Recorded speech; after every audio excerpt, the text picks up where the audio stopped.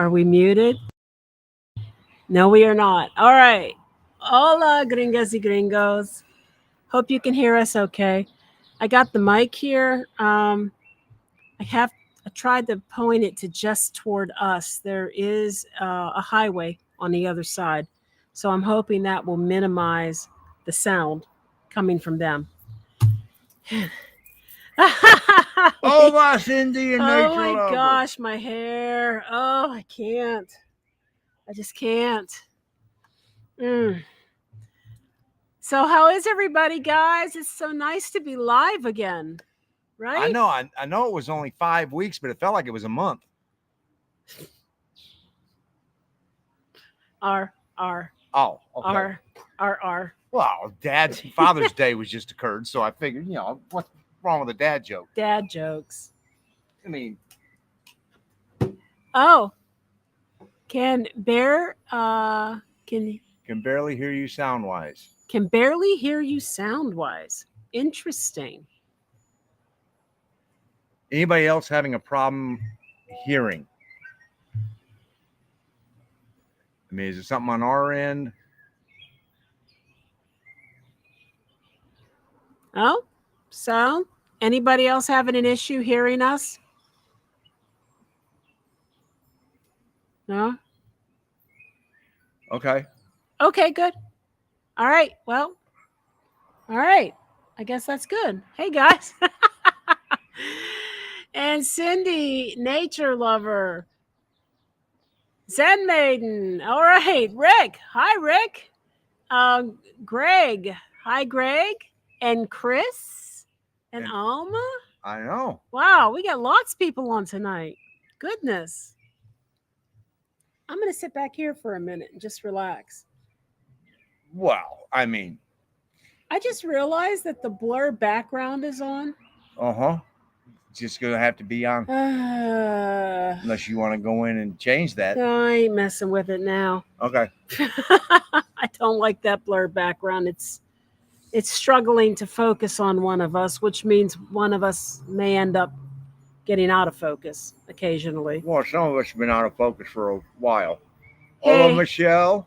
Hey there. Hey, nature lover. Thank you so much for the compliment.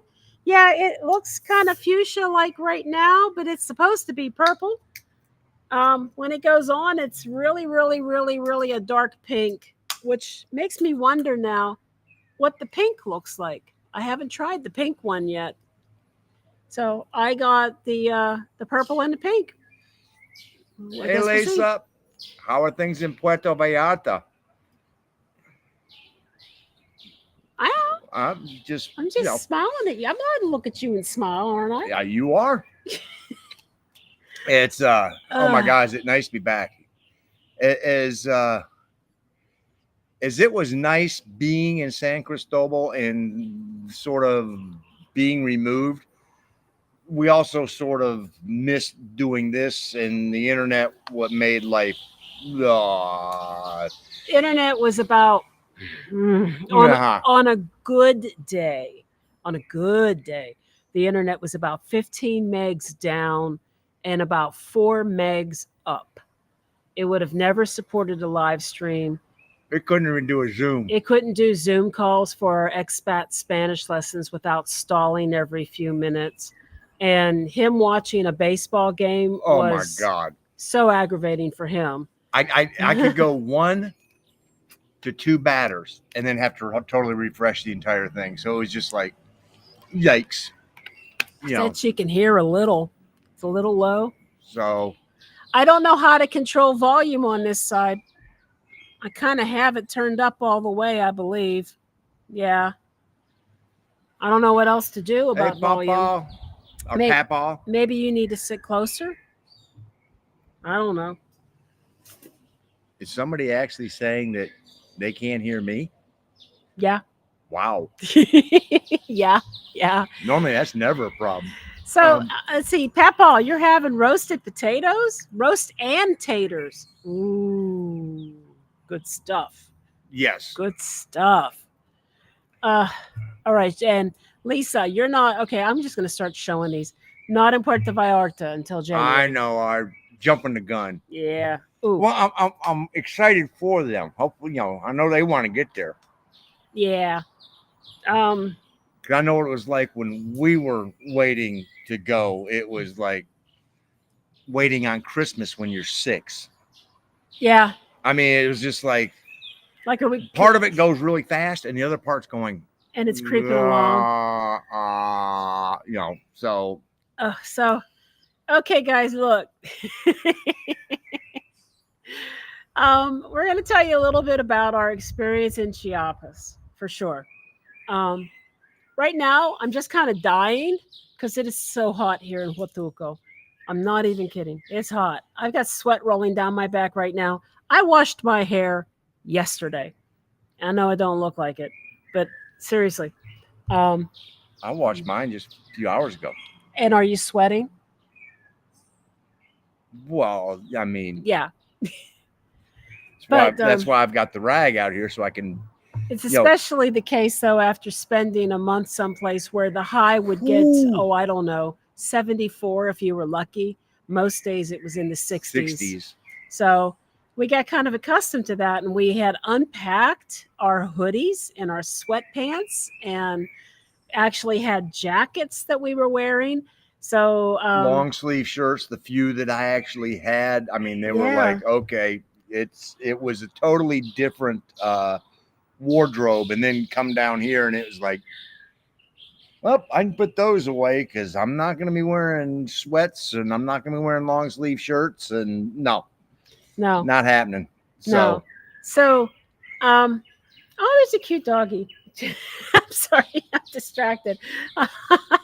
What is this, squirrel? I mean, okay, so in Chiapas, first thing I wanted to do when we got there was I wanted to go into Centro and do all the Centro things. Film video. Let's set a little bit of a.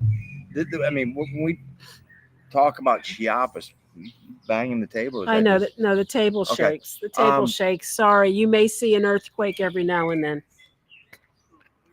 I think part of what we're talking about is going to be more of San Cristobal in that area, than it would be Tuxtla, because there's a huge difference between Tuxtla Gutierrez and San Cristobal de las Casas, because Tuxtla is a city, and it's pretty modern, and it has all the amenities, and it's got things happening. It has a really good vibe, and San Cristobal has a good vibe, but it's different. I mean, it was a good vibe where we were at our Airbnb, because that was about as chill as you can imagine. Yeah. I mean, it was welcomed.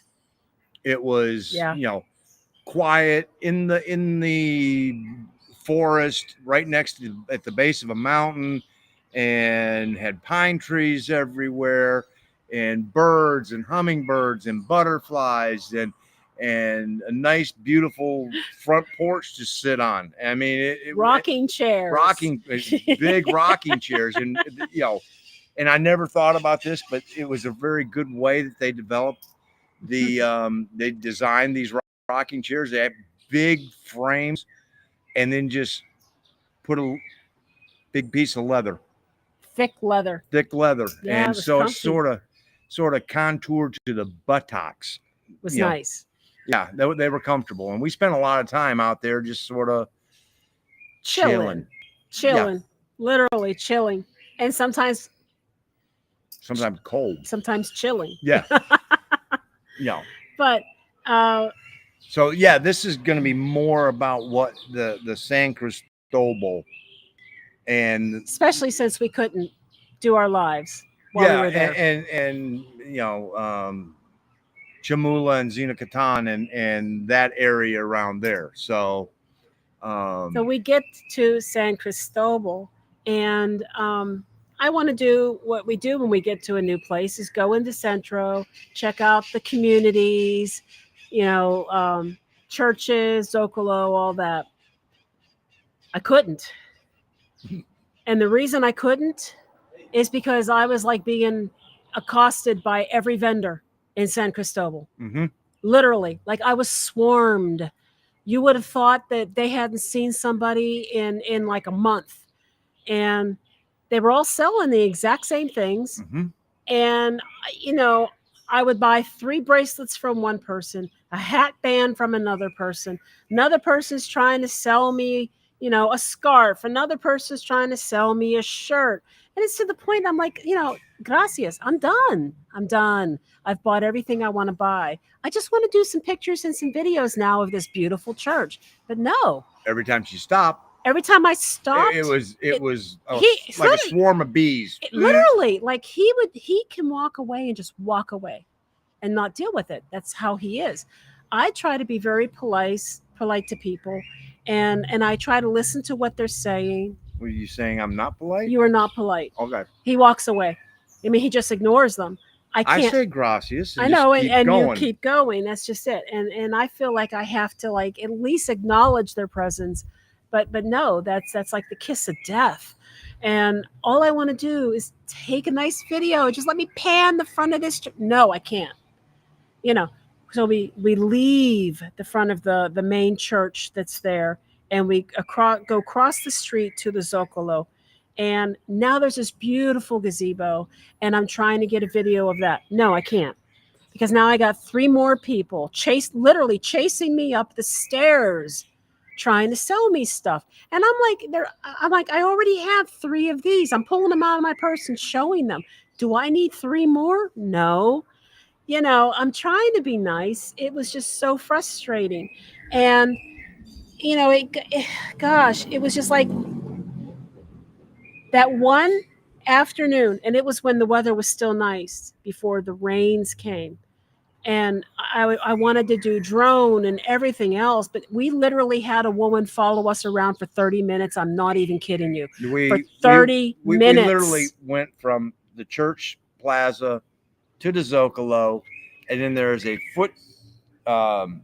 Miguel Hidalgo in San Cristobal is a pedestrian only street for the part in Centro. Mm-hmm. And so we go walking down that, and as we walk down that, she followed us the whole way down. She followed us down to the restaurants.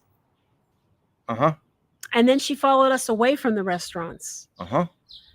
All the way down to the monastery or the convent. I mean, it was like, oh my gosh, it made me not want to go back into Centro again, because it was in my feeling every bit as aggravating and as annoying as La Quinta in Playa del Carmen. Very much so. And I was just like, goodness, I wish that this was at the height of tourist season right now, so that maybe it would be a little more diluted. I must have been like the sole floating Gringa island in the middle of the sea or something, because they were all coming to me and I couldn't get away from them. And I just felt very, God, I almost felt assaulted. I hate to say it that way, but I mean, that's what it felt like. And I just wanted so much to just enjoy the beauty of Centro, and I couldn't, because as soon as I would stop. Yeah, I mean, it was, she was the lamp and they were the moths, and they Absolutely. just, I mean, boom, they were just all over. But when it rained, it was easier. and there were some really nice things about, you know, San Cristobal. I mean, we had a very good dinner at Mercado de Carne Pasia. That was a very good dinner with a surprisingly low price tag. I mean, I expected the price tag to be a lot higher based on the quality of the food and the service that we got. Mm-hmm. And it was like, whoa, is that it? Okay. Yeah. I hope that's not gosh, that's really loud noise right now. Sorry, guys. I hope that's not coming in. I hope that's getting. They're foggy. Oh, shoot. Yeah, they're doing a mosquito control right now. Gosh. I hope you're not hearing all that, because it's noisy on this side. Okay. Anyway, but when it started to rain, there were fewer vendors that were out, and it was a lot easier to walk around and look at things without being, constantly approached by people. And the other thing we noticed is they frequently will use their children to do this. Frequently. Oh yeah. Frequently. You will see little kids out there selling things. And of course, they're all selling the exact same thing. Pens and purses and hat bands and bracelets and scarves and shirts. Um, and then there's also a whole bunch of little children walking around just begging for money in general. In general. Now, okay, dude. Gosh, that's loud. I'm so sorry. Um, the other thing was with regard to the children, they put them out begging, like they are just out there begging. They'll walk up to you and just put their hand out. Is that? Yeah, I mean that was the case I'm at hoping he's done.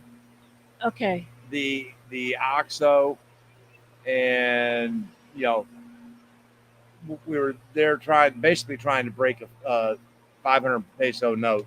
Yeah. And a little kid comes up and was standing next to me and rubbing his stomach, and had his hand out, had the wallet out, and Get closer. and gave him a 20 peso bill just to get me some time. Just basically, okay, here.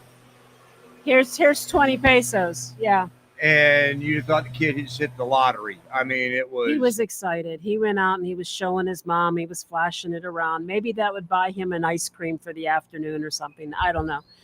I mean, I felt annoyed with him at first, and then when I gave him the 20 peso bill, then I was annoyed with myself for my attitude of being annoyed with him. It was like, okay, Well, okay, so what you guys may or may not realize is that Chiapas is the poorest state in Mexico. I thought it was Oaxaca, but it's actually Chiapas. And what we learned while we were there is that there are so many indigenous communities that aren't even on the grid.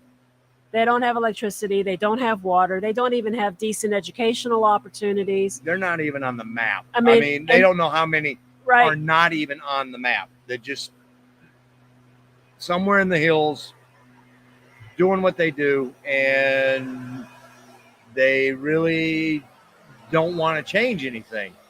Right. I mean, they want to be left alone, kind of, leave us alone, right? They're poor, but sometimes you don't know you're poor when you're poor. You know your way of life, and you've accepted that this is your life. And a lot of these people, it's interesting to note that they hold on very dear to their customs. And sometimes we would go to the Walmart or we would see them around the Zocalo in town, still in their traditional garb. And they're very proud of that. And I remember I was taking a photograph, and this woman was in one of those brushed wool skirts. And as soon as she saw my camera, even in her direction, she stepped aside and out of the way, which of course gave me the impression that maybe there's a reason they don't like having their photo taken, because these very same people are the ones that populate towns like Zinacantán and Chamula, and you are not allowed to take a photograph of people like close up in Chamula. You don't do it. So it's partially because of that belief of losing your soul type thing. To give you an idea about Chamula, I mean, Zinacantán and Chamula are about a 15-minute drive apart. Yeah. And it is really night and day between the two of them. Yeah. The people in Zinacantán. Now, as soon as we pulled up into the center square in Zinacantán, there was a group of kids who came running to the bus, flying to the front of the front of our little van so that they could all and of course gave a few pesos out. The one that got me was I give it to this teenager, this young lady, And then she goes and sits down and breaks out her cell phone. Huh? Yeah. You Well, know, and then there was one, he acted like he wanted more. well, yeah. You know, So Mark went to take it back and he quickly closed his hand and ran off with it. Yeah. I don't know. I mean, it was, but the difference between them, I mean, we had a good time at Zinacantán. That's where you guys saw the picture of me in that outfit with the outlandish hat on that would not stay on my head for anything. And then Chamula, you drive 15 minutes away, and we happened to be walking with our tour guide, and I saw they had a tribunal, a courthouse there. And I was like, okay, I've seen this, building in a couple of places. I said, all right, I just want to clarify, is this the courthouse? And he goes, in name only. Yeah. He goes, they don't use it They here. don't use it. We'll get to that in just a minute. I want to get to these comments, and Okay. we can get into that's a whole other thing. That is a whole other thing. So let's get to some comments here and try to catch up with you guys. Papa, my experience with vendors around the Zocalo in Oaxaca City was very similar. They weren't as aggressive, but they were numerous. Yeah. Next stop. That's our next stop. Yeah. And yes, this was a tough situation. On one hand, you realize that these people are poor and this is how they're making their money. But at the other, the other thing is you're there as a tourist and you want to see things, and all you're seeing is people asking you for stuff.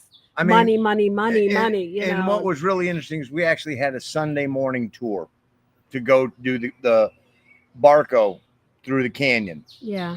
And we were meeting right across the street from the Zocalo, and in the building that we were meeting is the Banco Azteca. And we get there, and people have got stuff lined up all over, like holding their spot at the rail to get into the bank. And we're like, geez, like, wonder what's going on, something special. As I said, I think they're going to the bank. And as soon as the bank was open, boom, they just queued right in, and it was like, wow. But but they were standing there. Some of them were barefoot. Indigenous, design of clothing and everything else, and it was an interesting study of humanity. I mean, as far as what was going on in Chiapas, it's Mosquito Man's going by again. Sorry. I'm going to try to pause for a moment, give him a moment to get out of here because he's loud. Okay. It's like he's blowing leaves. Hola, Dee. Thank you for joining us tonight.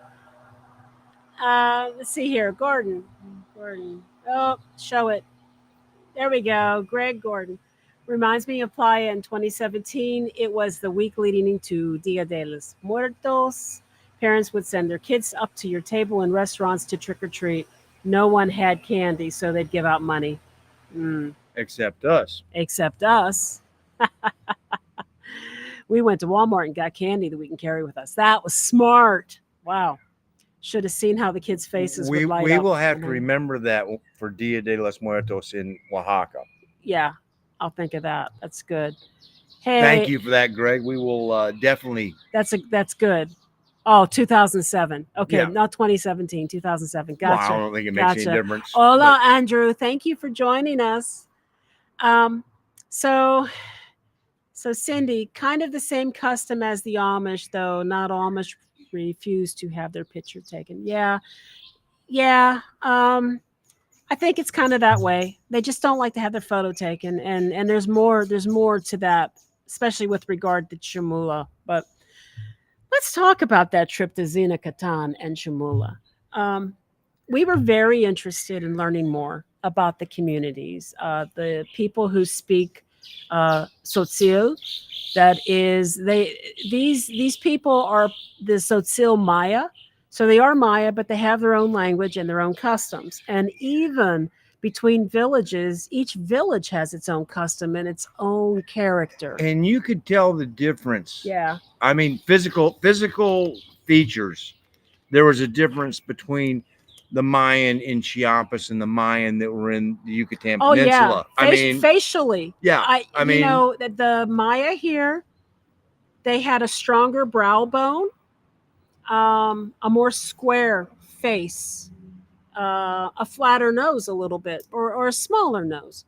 But definitely, if you were to set Yucatan Maya and Chiapas Maya side by side, you would totally see the difference. It was interesting, and it was interesting that they're both considered Maya. And I think what surprised me, Miguel told us before in the Yucatan that there were many villages that didn't even speak Spanish. They still spoke their version of Mayan. Well, that's true in Chiapas as well. Oh, yeah. And we saw that again and again. And one of our tour guides actually did speak Tzotzil, Spanish, and English. Thank God. Yeah. So it was interesting to compare villages.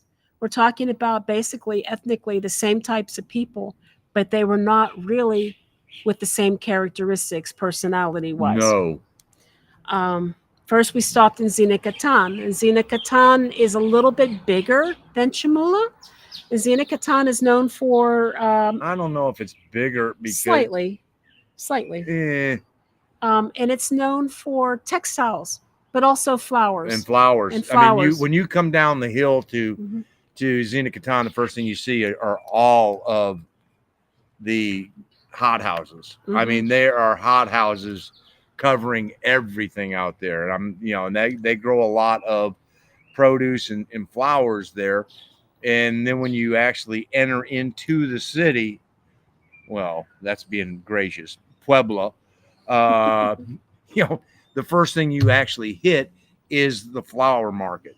And they were out there, it was a Tuesday morning and they were just doing business, on flowers and supplies and things like that. And then we went around and he parked and it was like in a neighborhood and it was like, where are we at now? What are we doing here? And, we enter into a small doorway and inside that doorway was the shop where this shirt came from. And we got dressed up and they had shawls and scarves and blankets and dresses. I mean, they had lots of embroidered items. And then the women wearing the looms. The backstrap looms. Yeah. Yeah, demonstrating those. And they had a room that showed the variation in the clothing. And what I kind of figured out sort of on my own and playing dress up is that the skirts are sort of made the same way and they're folded and belted and worn the same way. But what they tend to wear on the upper half is very different. Yes. So Zinacantán, their style of dress is a little bit different than Chamula. Then we headed over to Chamula. Well, and we got laughter and smiles out of the people in Zinacantán. Okay, that's true. So I mean, personality-wise, they're much more open and welcoming, I would say. But then, of course, you're also there on a tour spending money with them. So, Well, we were on a tour spending money with them there in Chamula, too. And it was a totally different look of... It's friendly. It's very friendly in Zinacantán. When you get to Chamula, you're going to drive through an area leading to Chamula. And honestly, it's only a 10-minute drive between the two towns. And the only reason it's 10 minutes is because it's uphill. I mean, you got to go back up the hill from Zinacantán. It's not that far. And remember, this is the poorest state in Mexico, right? And we're passing mansions, incredibly elaborate, ornate designed mansions, some of them still in the process of being built. And our driver points them out, but he doesn't really say anything other than, look at these mansions. And we're looking at each other like, I mean, what is somebody? Is this somebody who Okay. sells things? Even in a poor city, you're going to have that one house because somebody Yeah, owned the land, yeah. or they're the main business person, whatever. We're not talking 1, 2, No, no. 3, 4, 5. We're talking dozens, Yeah. and there's still more being built. I mean, it was like, what's the income? So we wait. So we get into the Zocalo in Chamula. Of course, we were followed down the street by more people trying to sell us bracelets and hatbands and scarves and purses. And then we get into the Zocalo. And our tour guide said something that made me pause for a moment. And I'm going to pause for a moment right now because Mosquito Man is back.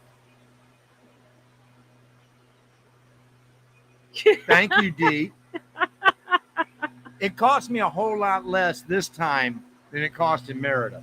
Yes, yes, Dee. We spent so much less on our outfits this time. The hardest part was finding one that fits gringos. That was, that was the part that was like, Right. put an XL on. And I'm like, maybe this is a Mexican XL because. Yeah. I was rough. It was rough getting something that fits me. But okay, so the tour guide said something. He was pointing at or standing near a statue.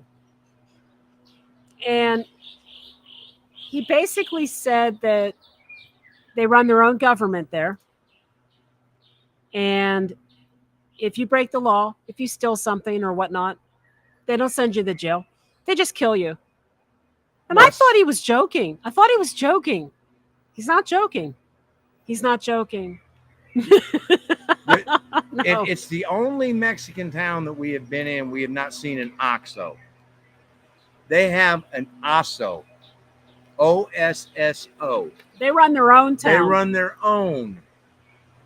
And it's the only one that we never saw municipal police, the state police, oh gosh, or the guard, the National Guard.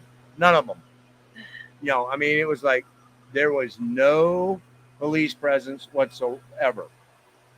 And come to find out that it is due. So sorry, guys. I mean, he's right underneath us again. Oh, he's walking right by us. It's going to get loud. It's going to get really loud. So we're going to take a 30-second pause while he strolls by. Yeah, let's just kind of. Beverage time. Wow.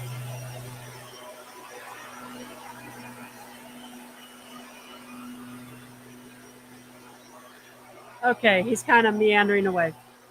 Not that we're not grateful for Mosquito Man. We're glad he's here. Right? All right, so there were no police in this town. None. And there was a particular day, and now he's doubling back.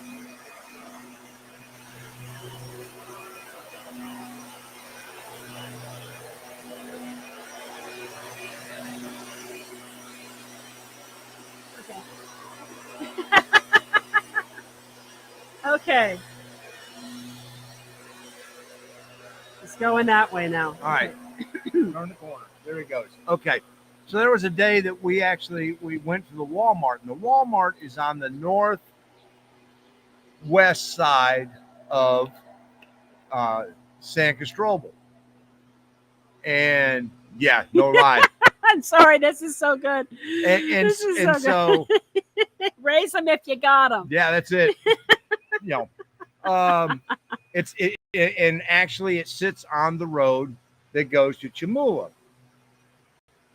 And so we go one day because we kept running to the Walmart to do our shopping.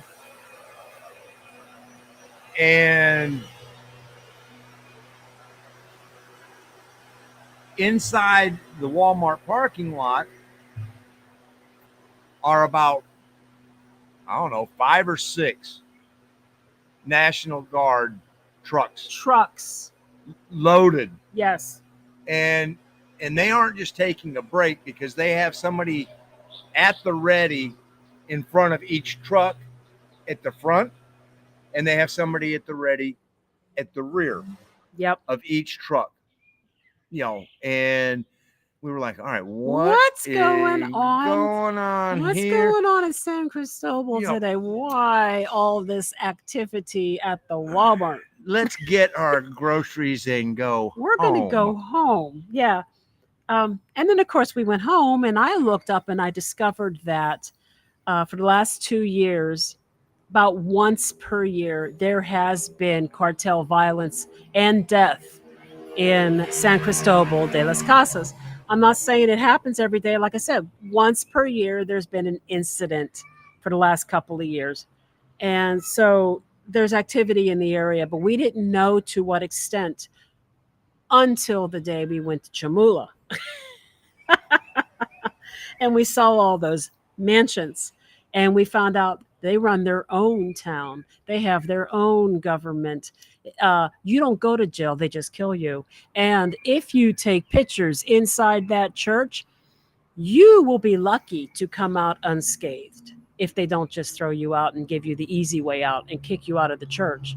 Yeah, that was a, I mean, I toyed with the idea of going, you know what if somebody stick it in my back pocket with the camera sticking out and turn it on and walk around? No. Well, I mean, no. Well, it was in my back pocket. We wouldn't have been that disrespectful anyway. No. And that entire church experience, we'll go over it in a video just about Zinacantán and Chamula. But the point is then now it's got us thinking again even more. And I'm like, what is up? Chamula's got their own government. I don't understand. And we're riding on the way back. And I sort of said to this guy, our tour guide, I don't quite understand this. They don't want you taking photos or video inside the church, but yet they'll let you come in and watch them. It seems like such a very personal experience for them. Why would they let you do that? He said, money. So then we get home, and I start doing my research, and I found out that Chamula has the main cartel of Chiapas. We were in the heart of freaking cartel country, and we didn't even realize it. Nope. If you want to live, blissfully ignorant, I would not have said I ever felt any unease or danger at all our entire stay that we were there, when we went into town or anything. No. Except for that day at the Walmart when there was a ton of National Guard and we're scratching our head going, what is going on here? Otherwise. And that wasn't a feeling of danger. No. That was just a curiosity of going, right. What is happening that's drawing this many of the National Guard here? Yeah. And then we sort of find out that, well, that's the end of the road coming into San Cristobal de las Casas. At the other end says Chamula. And that stretch of road is... The Chamula cartel is strong, and they have been associated with Zeta, but more recently with Sinaloa. It's a big cartel, and guys, we were in the middle of it. Like, wow. Just saying. Now, we were blissfully ignorant, but I would definitely say that I wouldn't want to hang on the northwest side of town any more than necessary. No, I mean, because originally we were like, well, we need to go to the Mercado. Then it was like, oh, every year there's somebody getting murdered at the Mercado. Just like, no. Well, how do we know today's not the day? So we went, no, we're not going to the Mercado. it was like, But I didn't see anything else going on anytime we were No. out. Everything seemed fine.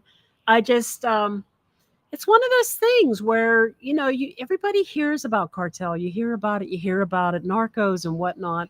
There's a lot of violence. If you think about it, Chiapas is right there at the Guatemala border, and there's people being basically smuggled across the border, and the cartels are basically battling for who gets to control that business of doing that. and it's a business. And it's a business, and this is what these people do.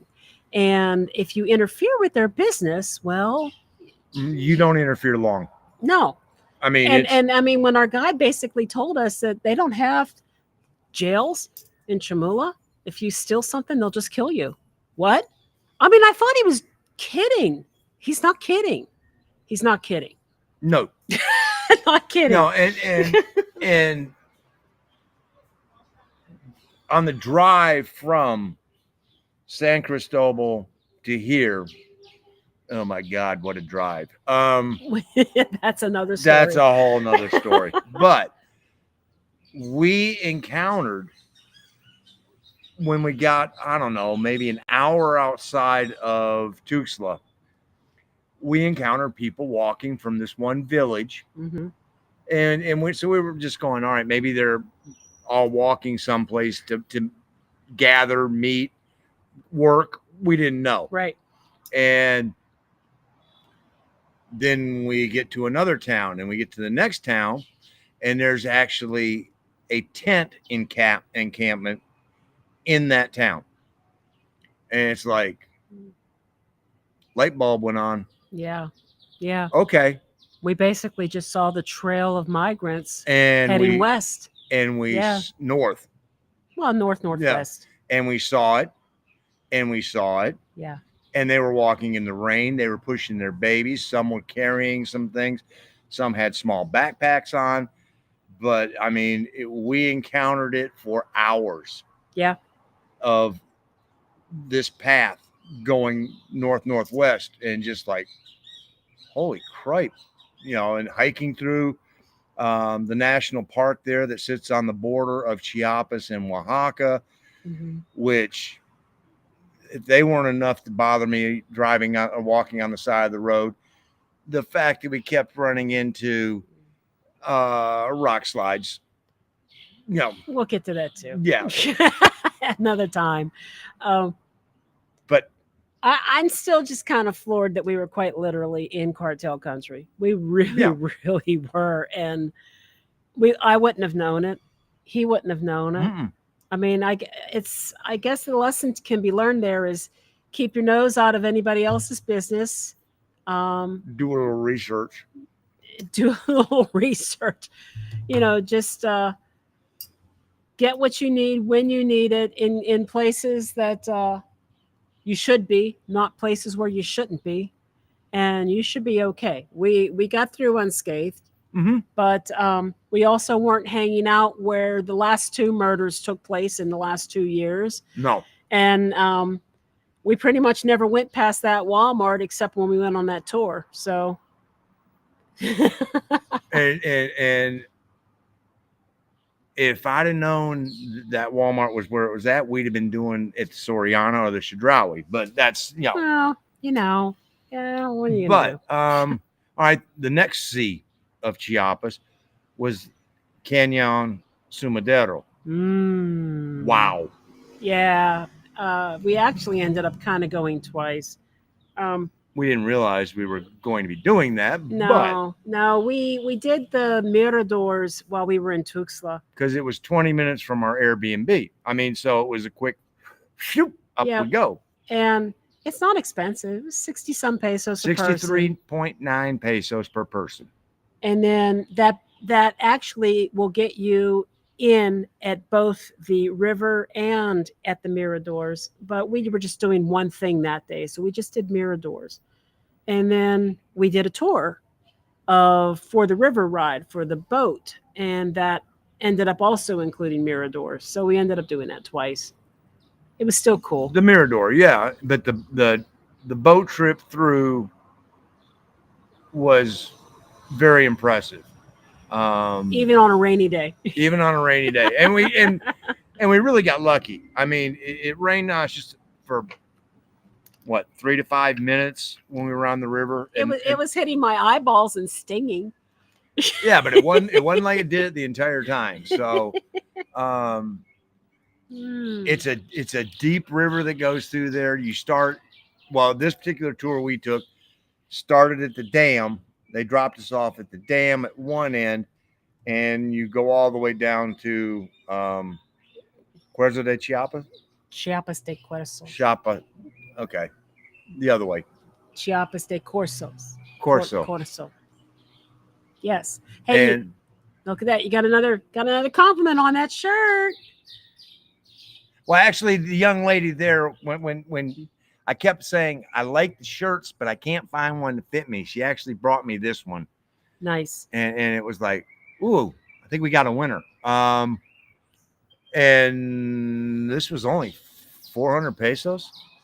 Yeah, we're not going to talk about the last time we bought a shirt like that. Yeah. So yeah, but so they it's worth, if you happen to be in either San Cristóbal de las Casas or Tuxtla, I highly recommend doing the boat ride. I don't know how you could miss it.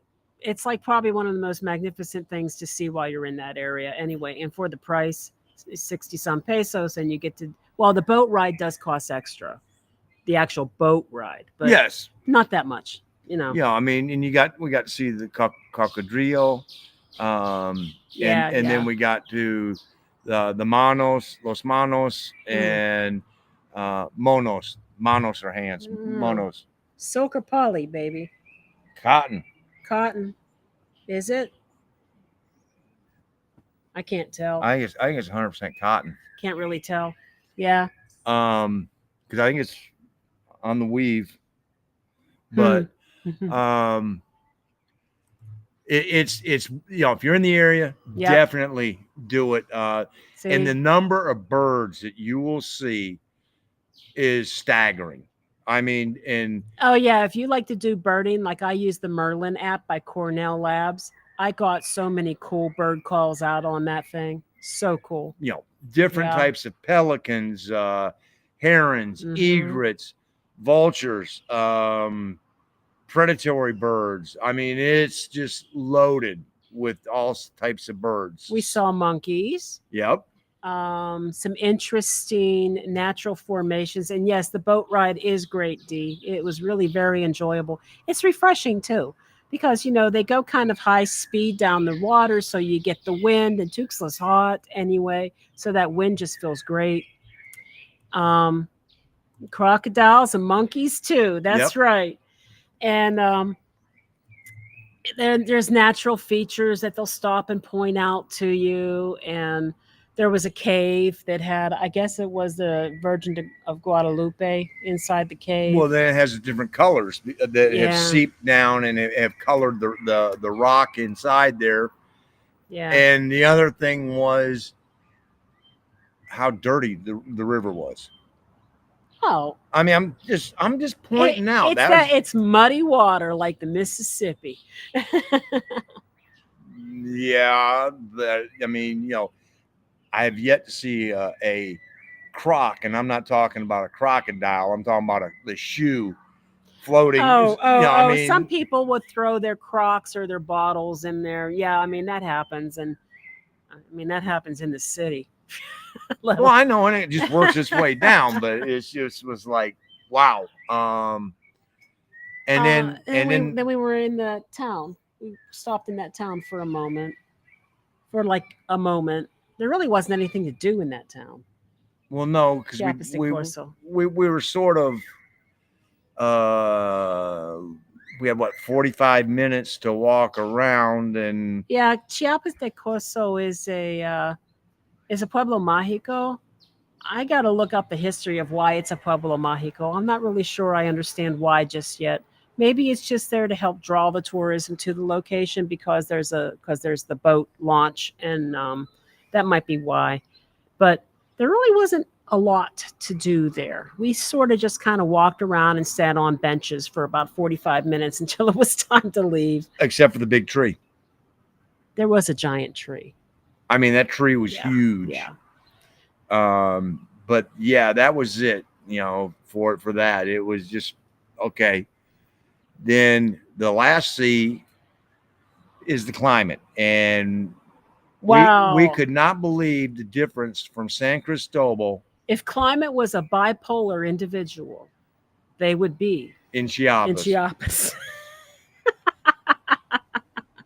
I mean, Oh, goodness. the difference between Tuxtla and San Cristobal is 30 degrees. And Fahrenheit. Fahrenheit. Yeah. And our Airbnb host in Tuxtla, when we told him we were going to San Cristobal next, and he was going, muy frío. and we're like, okay, maybe he thinks it's cold. No, I mean, we saw people wearing puffy coats Puffy coats. in June in Chiapas. And we were like, really? San why Cristobal. are they doing this? We don't understand. And then about 4 days later, we started to understand. It's When the rains came in, the temperature dropped probably 5 to 15 degrees Fahrenheit per day. and then suddenly, we're getting highs of 64 for the day, and it's raining and it's just wet and cold, and it was like, okay. CD, you're right. Our first few days, that's right. It can be hot one minute and really cold the next. Our first few days that we were there, we were seeing about 78, Yeah. 79 Fahrenheit in the afternoon. And at night, we brought the fan into our bedroom because we got hot in our bedroom. The first 4 or 5 days. Yeah. That was it. After that, it was. There was a shift in weather, and the rainy season started. And when that happened, the temperature was like easily 10 degrees or more lower per day. And suddenly it was, I'm putting an extra blanket on the bed, and I'm getting the space heater out in the living room. Yeah. I mean, hey, Anna. Hi, Anna. Don't worry, you didn't miss a whole lot. And hey, Jesse. I don't know if we caught Did Jesse. we say Jesse? Did we miss you, Jesse? Hi, Jesse. But it was interesting that we'd check the weather in Tuxtla and go, yep, just subtract 30. Yeah. If it was 96 in Tuxtla, it was going to be about 66 in San Cristobal. And I mean, we didn't think there's about a 6.5, maybe a little less than 6,500 feet elevation difference between Tuxtla and San Cristobal.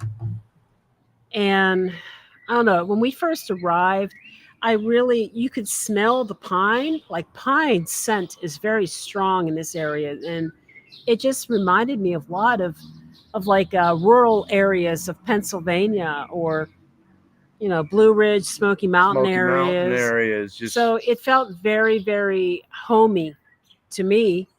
And I liked it quite a bit. But boy, when the rainy season started and the fog moved in, it was like the movie. Like, it looked like smoke rolling in. And I was like, watch out.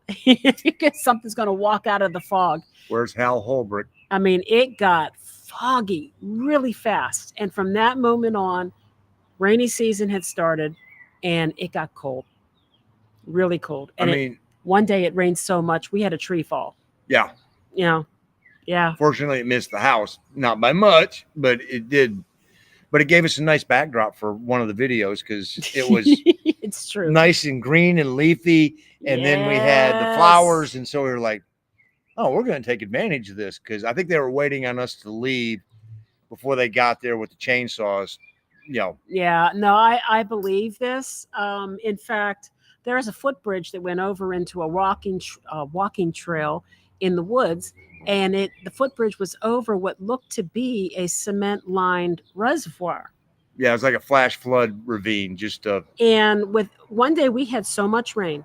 Oh my gosh, buckets and buckets and buckets of rain. All day. And I went back there, and it hadn't even done anything in that reservoir, which tells me that the ground soaked it all up. So yeah, it must have been very, very dry for them, for sure. And as I'm seeing through a lot of parts of Mexico right now, particularly Central Highlands, I'm hearing from San Miguel, from San Luis Potosi. I'm hearing that they were just praying for the rain. They needed it badly. I believe that. Querétaro. Monterrey doesn't need any more though. No, Monterrey, the Yucatan Peninsula has had a ton of rain. But, they've had so much rain, it's bubbling up through holes from the cenotes Cenotes are going into the ocean. Got to get rid of it. Yeah. So, Eject. Anyway, but they do need the rain, and it's so important. Hola, Laura. See, I've been freezing here in Ajijic until the rain stopped. Today is much nicer. It's funny how that rain makes it so much cooler.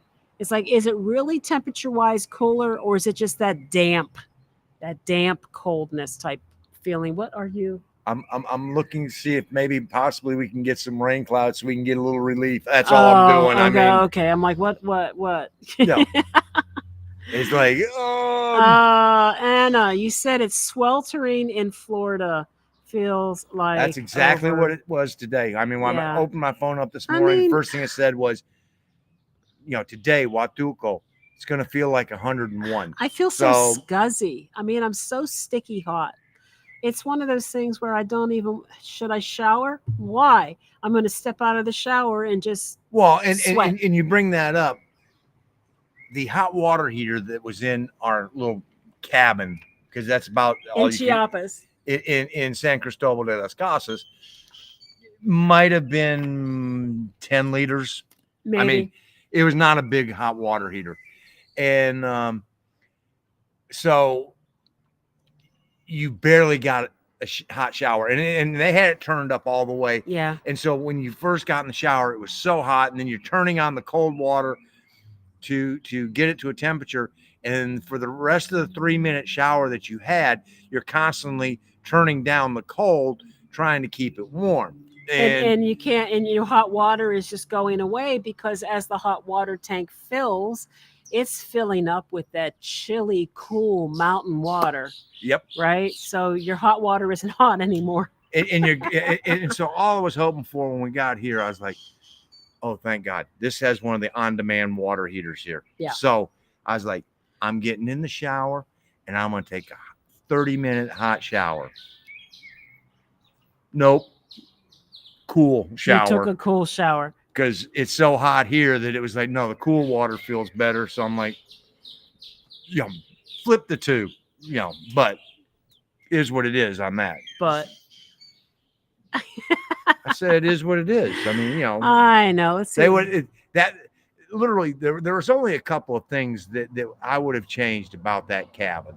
One was put in an on-demand hot water heater. Well, she had to buy a poncho. I know. And then close to doing that. Two, I would have put a gooseneck in the kitchen sink, because it was really low and it was hard to wash dishes. It had a fireplace, and there were actually logs in the fireplace, and they left us a few extra logs outside. But the thing is it got cool mostly at night, and the fireplace is in the living room and not in the bedroom. And who wants to leave the fire burning all night anyway? I mean, we really didn't. All right, I just saw Chris's name pop up, so I have to say something. Okay, wait, hold on. Just give me a minute. Give me a minute. Right here. Chris. Whoops. Oh, come on. What's going on? I don't know. Let me just go up here. Chris. Okay, so what's Chris got to say? It rained in Chicago this morning, and you'd think it would feel cold, but instead it was way too humid. Chris is an electrician. Uh-huh. Our cabin in San Cristóbal de las Casas had two 15-amp breakers that ran the whole house. Two. And if we actually ran the space heater and tried to turn the microwave on, it would flip it. Flip the breaker. So yeah, every time the refrigerator would kick on and do a cycle, all the lights would dim. Lights would dim if the refrigerator kicked on. I mean, it it didn't have a whole lot of need for a whole lot. And I'm sitting here going, looking at all of our electronics, I'm going, and how much of a drain are we putting on this? Yeah, With, we had a lot. you know, So, how is the new president of Mexico? Well, since we don't really thoroughly understand Mexican politics, we really aren't paying that much attention to it. And well, she doesn't take office until October. yeah, she's not actually in office yet. The only thing I could say is I was watching the live feed on YouTube the evening of the election, waiting to see what the turnout was. And all I can say is that based on the outcome, percentages of who voted for her and Morena party and who didn't, the comments that were being left on the side of the feed were pretty much in sync with those percentages. There were a lot of people who were very pleased that she won. And then there were some people who were very unhappy that she won, but they were in the minority. Wow, And that sort of sounds like just the way it is. Familiar Yeah. refrain that But come November, we're going to have half the people are going to be going, yay, my Right. guy won. And the other half are going to be going, right. I can't believe that idiot won. I mean, so it's, it's We know a lot of people who are not happy about the outcome, and but we see a lot of people who are very happy about the outcome. And I think the overall indicator is that the majority of the people who were very much pro Morena party and pro Claudia tend to be lower income people, and lower income people tend to be the majority of Mexico. So now. Eh, One of the things we don't really know because we Okay. don't follow it. No, I know, but one of the things that she has said that does have an impact on people who are wanting to come to Mexico is she wants to even more aggressively raise the minimum wage. And if they continue with the current formula for financial requirements to move to Mexico, that is going to just skyrocket. I mean, the projection for next year is going to be over $5,000 per month per person. Yeah. And if she jacks it, and she's already said she wants to basically double again. Yeah, but did she mean double it over her full term? I don't know. We don't know. But if she doubles it over her full term, that's still 20% a year, and that means that by the time she's done, it would be $10,000 a month, right, to qualify. So I think what we're saying is that this is something, if you have not gotten your visa yet, I wouldn't wait a whole lot longer. No. Well, we've been saying that for a while, but and it's true. And each year it keeps going up higher, and a lot of people who are on fixed incomes are now getting squeezed out. Getting rejected because they can't qualify. Is it raining right now? No, it is not. There is it's a little overcast. Overcast cloud just kind of hanging around here. We have the umbrella tilted because as the sun sets, it beats this way, and we didn't want the backlighting to mess up, so you could see us a little better. No, it's protecting us from the mosquito spray. The climate is due to the height above sea level. In San Cris, it is higher than Tuxtla. Yes. I think San Cris is 2,200 meters and Tuxtla is 520. But yeah, crazy climate, but love it. Yeah, we calculated it. It was approximately 7,000 feet difference, roughly, or 6. No, it's about 7,000 feet up total. Yeah. And so it's that elevation. My goodness, I wouldn't have considered that it would be that cold.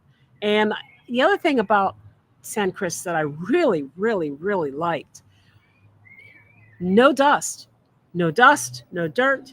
I don't know if it's the woods catching all the stuff flying around. Was it just the moisture in the air? I don't know. And I wore white socks for almost a week in that cabin, and my socks were not filthy.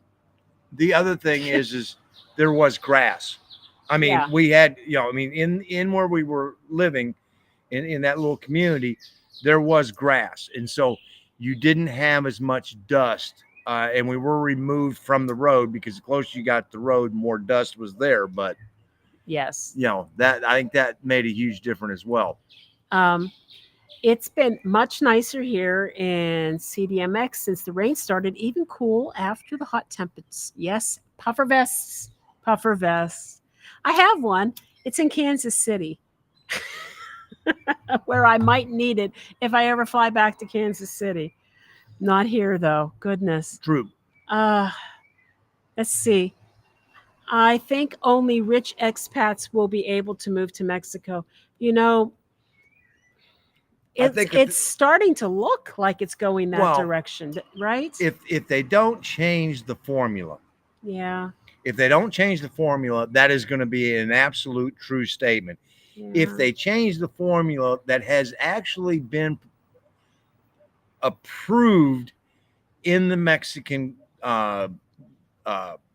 legislature, but it hasn't been implemented yet, right, it will drop back down because they realize that this is in an inequity, and it's going to stem the flow. Now, the question is, have they not implemented it because they want to stem the flow intentionally and sort of, hold on, let's get a grip on this and see what's going on and see if we can handle this number that's coming in? That possibly. no one can give us the answer to that, but I've got a feeling that's probably, let's turn this, let's turn the tap down a little bit and sort of catch up a little and see how many we got. Yeah. Okay. So, Chris, all right. We had the same thing in this house when we moved in, but thankfully we put in some 20 amp beakers. Breakers? Beakers. The scientist and you just going lab beaker. talk. Yeah. Lab talk. Beaker. Yeah. The electricians out here are going, my breaker. Beaker? breaker 19. Yikes. This is Teddy Bear, good buddy. Okay, let's see here. Oh, I'm so glad I qualified in 2022. It's way above $4,000 a month in Orlando. Yes, that's the same year that we qualified, Debbie. And was 2022. Here's something interesting. McAllen for the longest time had the lowest qualification amounts, and they are up now, just about where everybody technically should be based on the calculation, because they probably had everybody coming to them, and they were probably like, nope, we got to stop this. Well, twofold. Number one, they had the lowest rate. Yeah. Number two, they were also taking the most appointments. Yeah. Because like in Kansas City, it was one day a month. Yeah. That they would deal with foreign visas. The rest of the time, they were there dealing with Mexican nationals. That's what they're there to do. But McAllen was like, because we actually had an appointment in McAllen as our backup in case we couldn't get into KC. And, fortunately, we got that resolved in Kansas City. But it was pretty easy at that time to get one into McAllen. And now they have fallen in line with everybody else. Okay, you Martins, go away. But yeah, so I mean, it's going to be interesting to see what's going to happen there. Yeah. But if you haven't done it, do it quickly. Here's a good one. Hi, Doug. After the election, the value of the peso dropped. Have you noticed your dollars going further with the shift in the exchange rate? It's really hard to notice it when we've sort of been averaging about 17 per dollar. Now we're averaging about 18 per dollar, roughly. Mm-hmm. I just did the cost of living analysis for our stay in San Cristóbal, and I forgot that the exchange rate had basically been hovering around 18 during our stay there. So I had to adjust a calculation, and what I did notice is on a 1 month stay, it did adjust our money by about $500. Yeah. So it did make somewhat of a difference. We had about an extra $500 technically, I mean theoretically. We had $500 more buying power. Buying power. I mean, that's and that's probably going to continue to inch until it's been going up and down until November, and then it's going to depend upon the election on the other side of the border. So, I mean, Yeah. it's enjoy it while we can, because I don't know how Okay. long we're going to go. Perfect, Greg. Thank you for clarifying this, because it only made sense to me that it had to be over her full term. I couldn't imagine it rising 50% like next week. No. So it is to raise it another 50% over the next 6 years. Thank you for clarifying it, but that's still. Yeah. But I mean, imagine right now if they're using that formula for solvency requirement and it's already over 4,000, that just means that by the end of her term, you're going to have to make $6,000 a month to even qualify. No, it's going to be more than that, because or whatever. Because hers won't go into effect until next year, and we already know that it's going up 20% under AMLO again this year, so it'll be over 5,000. Yeah, so it does need to be updated. Yeah, they need to implement the one that they approved, but I think they're sort of. What you got here, Zen Maiden? I see they did this in Malaysia for expats. USD, 10K a month USD to qualify. Wow, that's a lot. It may have changed. It pretty much slowed the flow of expats there. Well, and that's common. I mean, and that's why they did it. Yeah. Malta is a place that a lot of people go, God, I'd love to go to Malta. Because they speak English. And it's lovely. It sits there in the middle of the Mediterranean. You can go visit the Popeye set. You can go visit the Popeye set. And, all of that. But if you don't have I think it's $250,000 per person sitting in the bank, don't bother even. You ain't living you ain't in going Malta. to Malta. I mean. Oh, well, let's see. Beaker. I know Beaker's the best, right? Beaker was the best. Love Beaker so much. Hey, Mark. Hi, Mark. What you got? Saludos from Zibata. Where's your beer, Mark? Where's your Chazaro? You got it in his mouth right now. The owner from Chazaro met me at HEB and sold me a pack of 25. I told him you guys recommend Chazaro. Thank you. Yeah. We like Chazaro. Well, he likes Chazaro. I like the smell of Chazaro. They must love me. I don't know if there's anybody else who buys as many as I do, but. It's a good question, Jesse. Why did we go to Kansas City instead of Raleigh? Well, initially, when we were looking into doing this and we were still living in Asheville, Raleigh wasn't even open yet. They weren't weren't taking appointments. They weren't open. So we were actually looking to go to, I think, Atlanta. Atlanta was the closest one during COVID that was still doing it. And Atlanta was literally 30 minutes closer to us than Raleigh was. I mean, it was about the same drive both ways. And Raleigh wasn't open. They weren't taking appointments. So we were going to do Atlanta. And then things happened with our pets. And we fast-tracked everything and decided we were going to go live with his mom for just a month or two. And we did it there. She's in Lenexa, and we set it up for Kansas City. And fortunately, it worked. And it worked out. Yeah. I mean, I secured appointments for us in McAllen, kind of like a backup plan. And I figured we could be on our way down, and we can stop in McAllen. And if things didn't work out in McAllen, maybe we would try for regularization or something. But we ended up getting appointments. Well, he got an appointment in Kansas City. I did not. They let us come in a week earlier together, which was very nice of them. Yeah, I mean, I just shot him an email and went. I couldn't get an appointment. They were gone. There was like 5 appointments given out. We're a married couple, and we're moving to Mexico together. We sort of need both of us to do it. And they were like, well, we can't do it on this day, but can you come in a week earlier? Which was so nice of them to do that. And so as soon as we got our appointments and we got approval, I basically announced on our YouTube channel that I was going to release our appointments in McAllen, and to let anybody out there know that if they wanted to try to grab them, snatch them up, that I was releasing them. And then I emailed McAllen and I said, please, cancel Yeah. our appointments. And that's what happened.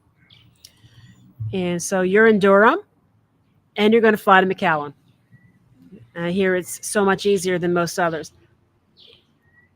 Well, I mean, at the time we were doing it, I would say yes, it was much easier than others. And it was mostly much easier because they required far less money for solvency. Now they require more, as much As the rest. as everybody else Yeah. now, because they were getting way too many people coming in, and they would take people from anywhere. Some places like Some people were telling stories that they actually were just walking in. I mean, without an appointment going. Kansas City would only serves, I think, 3 states. I know Oklahoma was one of them. Kansas and Missouri. No. No? Kansas and Iowa. Missouri, you had Oh, okay. St. Okay. Louis. Okay. So, but it was only 3 states. And there are some Oh, no, it was Missouri. Yeah, you're right, because it's in Missouri. Duh. Okay. But I knew Oklahoma was one of the ones they Yes. served, which I was surprised to see. Some of the consulates will only do their region. Just if you don't have in the their ID for that Right. you're a resident of their particular area that they service, they go, sorry, yeah. And McAllen was one of those ones that they didn't care where you were from. come on in. But I think they were getting inundated because of their lower requirement and the fact that they would see anybody. And so I don't know how easy it is now to go through McAllen. It may still be very easy, but their requirements are on par with everyone else now, financially speaking. I have a question for Jessie, though. Oh, yes. She's in Durham. Which shade of blue? Uh-oh. Don't answer that, Jesse. I'm just, Yeah, McAllen was easy. Yeah, everybody says that. And that's why it was kind of our backup plan. yeah, So, you know, see, and, Orlando is, and Orlando's one of those ones, only local. Like they all do their own thing. So, okay, this is cool. He'll like that. that is the right shade of blue. Oh my gosh, you guys. The only shade of blue. The only shade of blue. Yeah. McAllen didn't even look over our documents once you qualify one way, like SSA. It was super easy. We flew from LA. Excellent. Yeah, there was a lot of people Excellent. that were, I mean, literally just. See, my concern about McAllen and the reason that, one, it was a backup, and 2, if we didn't get it there, we were going to try maybe regularization because we would have been on our way. Yeah, we were at the border. Yeah. It was going to be like. My concern about McAllen was one of those ones where they tend to be one of the offices that want a letter from your employer if you are going to be working while you live in Mexico. And I didn't have a letter like that because I'm a contractor and I'm theoretically self-employed. So if they were to ask for a letter like that, I would not have had one to produce, and I didn't know what that was going to do for us. But we ended up not finding out because we went through Kansas City. Yeah, I mean, it literally is. I think the biggest thing we can tell everybody is check with your consulate that you're thinking about going. Some require that the financials are signed, others don't. I mean, you know, some require that you have this letter, others don't. It's you know, there is no hard and fast rule that all these consulates go by, because they all sort of go, well, we're going to enforce this one and then whatever. Yeah, Maybe this not one. that one. Yeah, we're going to do this one. Yeah, not that one. You know, I mean, so you know, somebody you got to be local. No, well, no, not that. I mean, so Jesse wants to send you some Tar Heel swag. Oh. Send us an email at was it Gina Mark at gringosrus.com. and I can send you the address, because I'm always looking for good Tar Heel swag. Hold on. Let me put it in the captions. The captions. I'm going to add one. No, that's a ticker. I'm going to add it up here. Is that on? No. Mm, mm, mm, mm, mm, mm. There we go.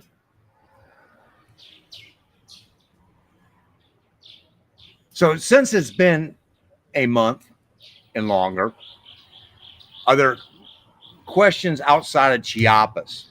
I mean, you know, we're here and we love.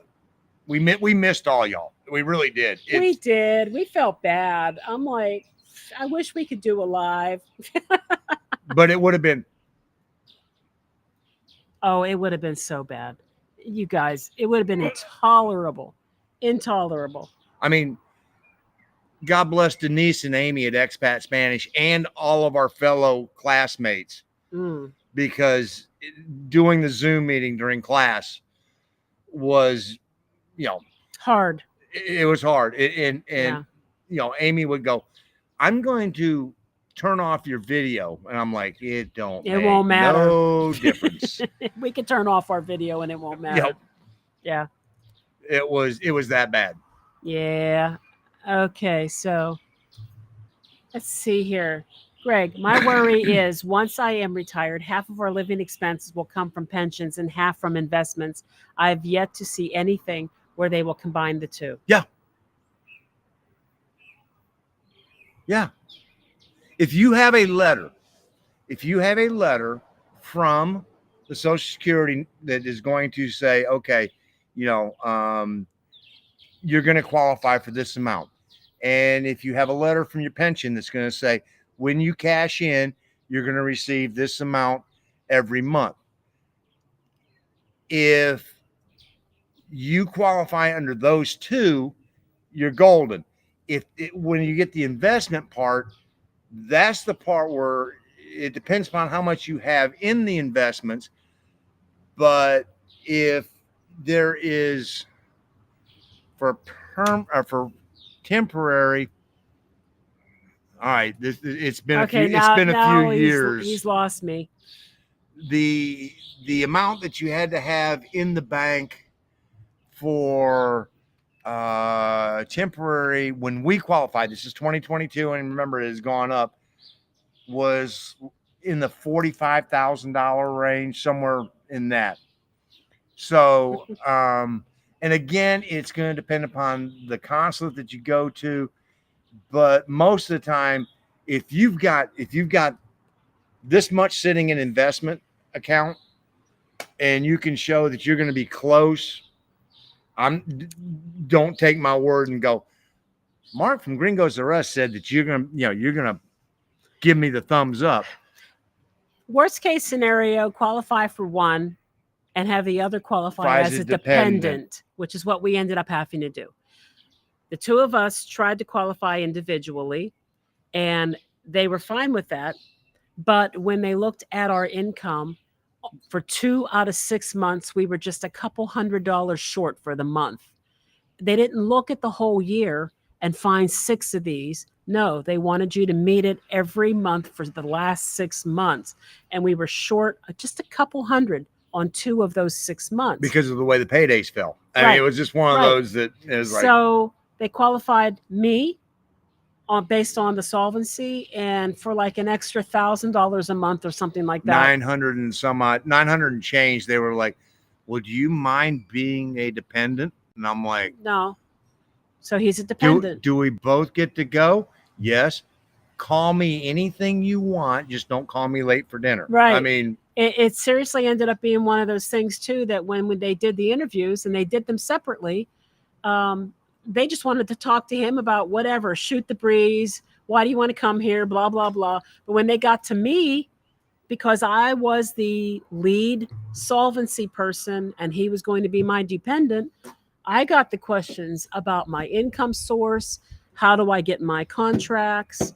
How much do I normally expect to make? How long do my contracts last? Those are the types of questions I got. Well, so they just want to see how bubbly my personality could be when. Yes, I know. Yeah. Okay. And Debbie, you are right in telling Greg, do it before you retire. You know, that's that is probably an easier way, and B, it's not going to continue to rise the faster you get it done, because just because you get it done doesn't mean you have to move down here. You just have to come down and get your first year's temporary residency card. Okay, you got to come to Mexico. Right. I'm sorry. Right. Then after a year, you go back to Mexico and you renew it for 3 more years. So you can put it off for 4 years. Just get the qualification done now, and then just make a trip. Right. Make it happen that way. So, how far? So, how do you like Huatuco so far? I think we both can say that we do like the vibe here. Um, we have not walked yet to the beach. We're about a 20 to 30 minute, depending on how fast we walk. We've only been here 4 days, so We've been here 4 days. We haven't walked to the beach yet. We basically have just walked. We're in the Colonia La Crucecita, which is pretty much, other than there's a community called the Bahías de Huatuco. Yeah, We're just a little north of them. Well, that's where we don't know for sure if that's where. Well, we think that's where. Yeah, they are. The Cindy and Fred, who have been, a great YouTube presence as far as pushing Huatuco. And what is it, Life in Huatuco? I believe. I get confused because they used to have another channel and then they started over. I think that's what it is. But and we'll be meeting with them. They've got some family things that are going on, that they're going here, there, and they'll be back in a couple of weeks. And so we're gonna sit down with them and probably do a collaboration. But we just did our first initial impressions video recorded today about Huatuco, and both of us really like the vibe. Yeah, I mean, I like it. I mean, in the other, it's not overwhelmingly pushy. It's not super touristy. Yeah, and the other part that we really like is this is the closest we have been to a Centro yet. Yeah. I mean, literally, when we walk out of our condominium complex, right across the street, there are not 1, not 2, not 3. There are 4 fruterias, y vendura vendors right there, and then there's a couple of tiendas to get groceries and carnicerias so we can get our meats. I mean, it's so close walking distance, easy walking distance. There's like a little mini shopping mall, easy walking distance. The Mercado is 4 blocks away. Yep. And we've had 2 very good meals so far, reasonably priced. Yeah. So, and again, it's not overly pushy. There's not a lot of vendors. It's just really laid back. It's laid back. The biggest downside right now, at least for me, is this humidity and this heat. I mean, I washed my hair yesterday. It's dirty and greasy looking. I've got sweat running down my back. And the condo has mini splits in all the bedrooms, but it does not have one in the in all the bedrooms, but it does not have one in the living room. So there's 2 ceiling fans, and then there's a floor fan, and we're running all of them, and trying to get as much of a cross breeze as we can. But it's one of those ones that could be adjust to the temperature maybe at some point, but I will definitely say it's really laid back. Well, I like it. Otherwise, yeah. If I lived in this condo, first thing would be a mini split in the living room. In the living room. I mean, that's just, because we would never use, well, if we had company, we would use the other 2. Or if you had an office in one of them, that one would get used. Yeah.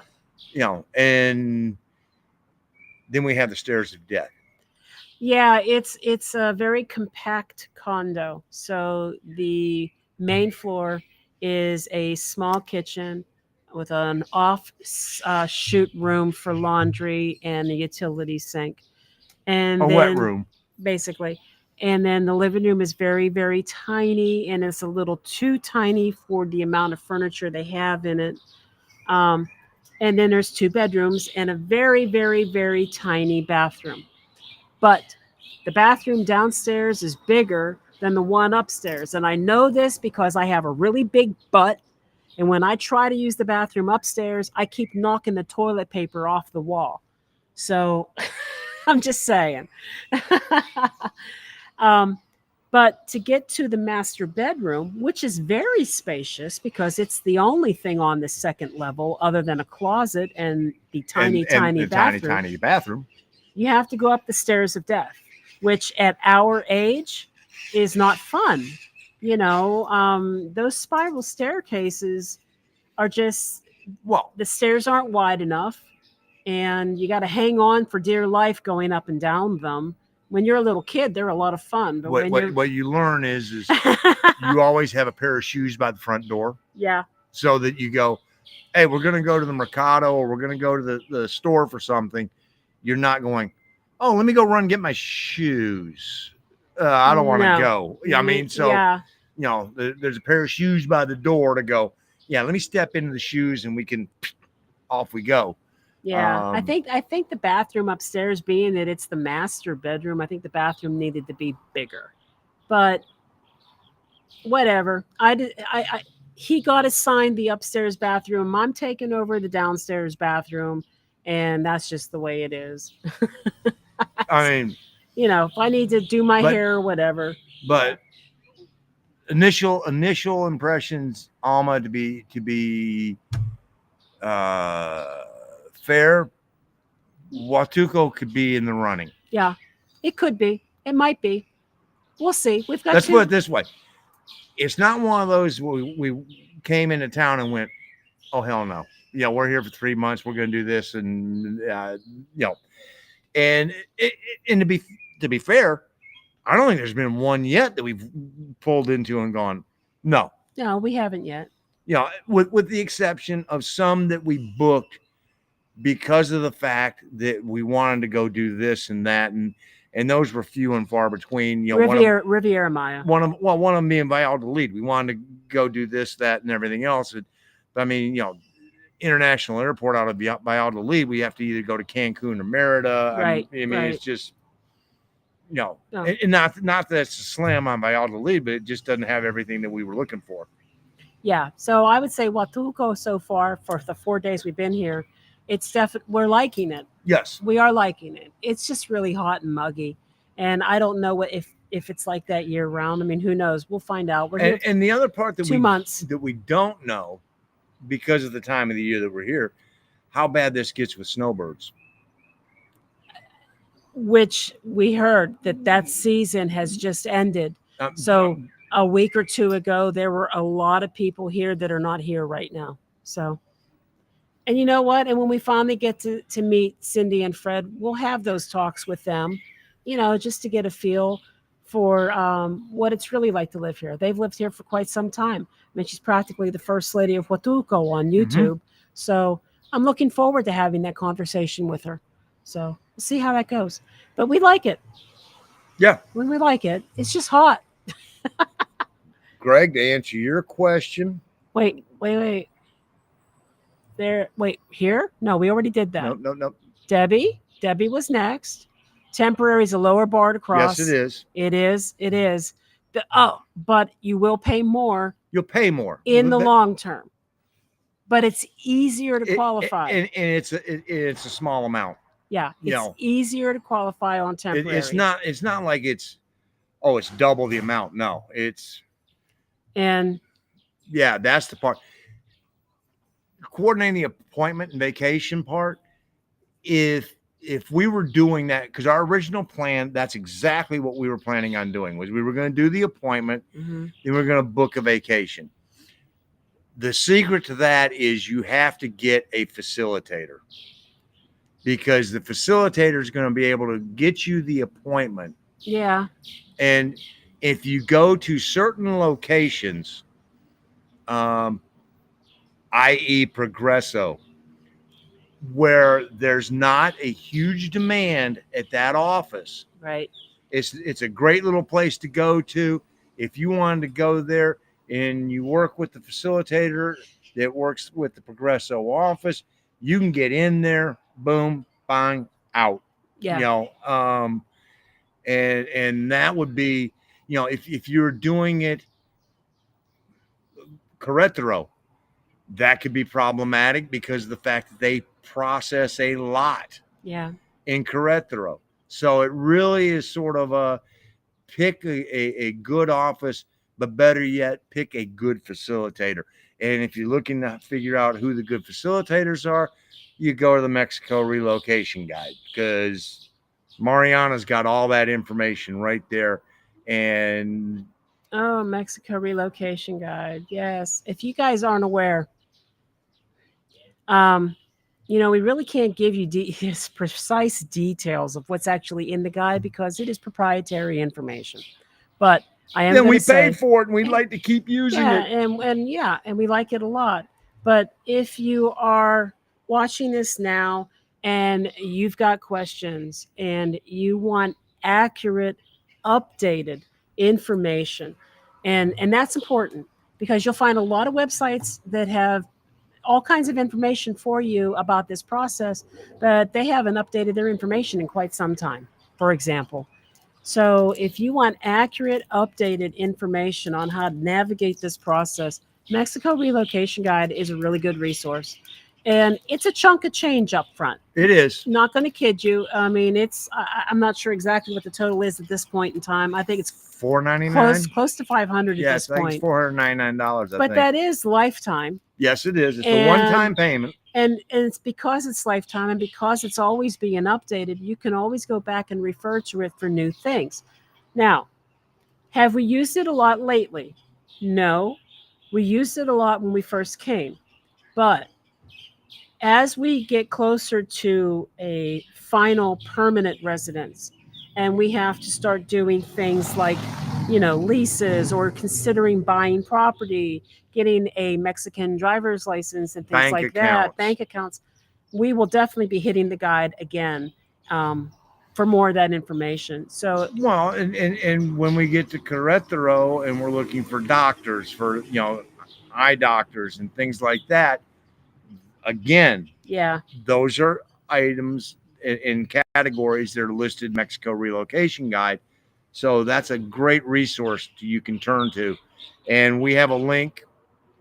Yep, it's down. It's in our typical, down below the video type stuff. But and if you use the link, we get a little kickback. We get our beak wet. We get our beak wet. I want to wet my beak. Yeah. Oh goodness. Let me see. I want to get caught up where everybody is. I think we're here. Mark, with regards to the peso to dollar exchange, I am on a pension and Social Security. I have noticed a great increase on my cost of living in Mexico. I hope the peso stays at 18 and above. The cost of living has We've risen. Noticed that as well. We've Mark. noticed it. And it's not just the exchange rate that's happening with. It's happening with the cost of groceries overall. Well, it's happening with the Airbnb rates. It's economics 101. If you're going to raise the minimum wage, well, it's going to cost the fruteria right across the street. They got to pay everybody more. Well, they got to get that money from someplace. And so, I mean, they pass that new wage increase on to you, the customer. I just noted again, I was looking at the preliminary numbers for our stay in San Cristóbal, and I noticed that our groceries had gone up. And I'm like, well, that's odd because we really didn't have a very big place. We didn't have a lot of pantry space. I know we didn't leave a lot behind, and we ate what we bought. So why did our groceries go up? Well, they either went up because of inflation, or they might have gone up because maybe it costs more to transport, food to that or a location. little bit of a combination of both. Yeah. And there's a couple things we actually did buy for and left at. I didn't count those. Oh, okay. Then Nope, that's not a grocery. Okay, never mind. Not a grocery. I didn't know Sorry. she admitted it. Nope, So, nope. I am very specific. Oh God, just hairs in my face. I'm very specific with our budgets. When I do cost of living, if we're at a Walmart or a Chedraui or whatnot, and we buy something that is not edible, it is not in the groceries. well, someone say my cooking's not edible, but Right, that's you know what I mean. yeah. See, But the nice part is Mark, that 18 and above, when we go to Chazaro, we buy more. there is a hair in my face that's driving me crazy. I'm so sorry, guys. I can see Okay, it. so 5 years ago in Seattle, our income met for the permanent, but only granted temporary, saying we were too young to retire. All good. Did the dance and permanent after 4 years. It's worth the trouble. Yeah, Absolutely. That's the way. I mean, yeah, whatever you got to do to play the game. yeah. If you if you can't go directly to permanent, okay, And you know what? I'll do this dance with you. And not every consulate will look at it that way. If you qualify for permanent, some consulates will let you have it. Yep. And some consulates are like, no, those are for retirees. Again, remember the So, conversation of, yeah, we're gonna make sure this one is enacted, this one not so much. This, I mean, so it really is. It is sort of playing roulette with the consulates. It's if you have cash, CD rates are higher here. oh, you damn Skippy on that one. Absolutely, they are. But I feel like you sort of have to have an established bank account to probably take advantage of them, and we don't. Yeah. So, yeah, we're not ready to get a Mexican bank account just yet. I think once we settle on a city, and which by that time we will be permanent, we'll be considering that. But absolutely, the CD rates here are like double.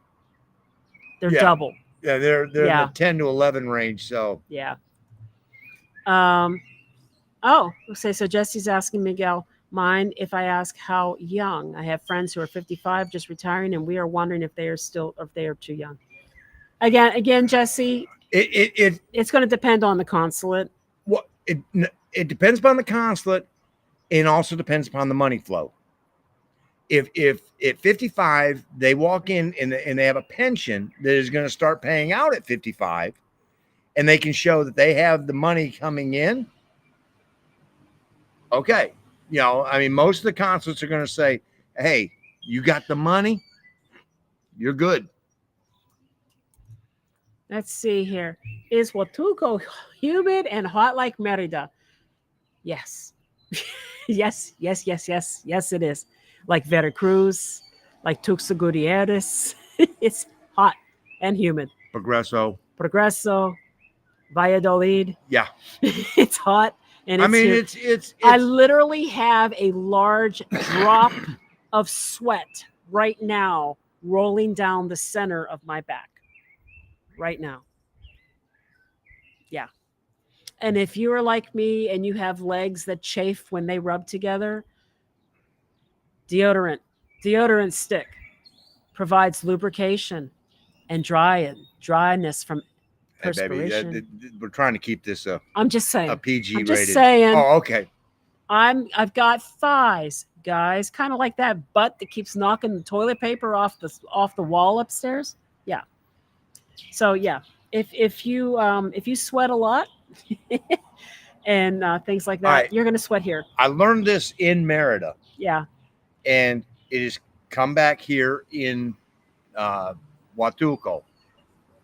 I do not leave the house without carrying, a dish towel or hand towel with me, because, I sweat, and it's just, Yeah. because Sometimes I take it away from him and I use it.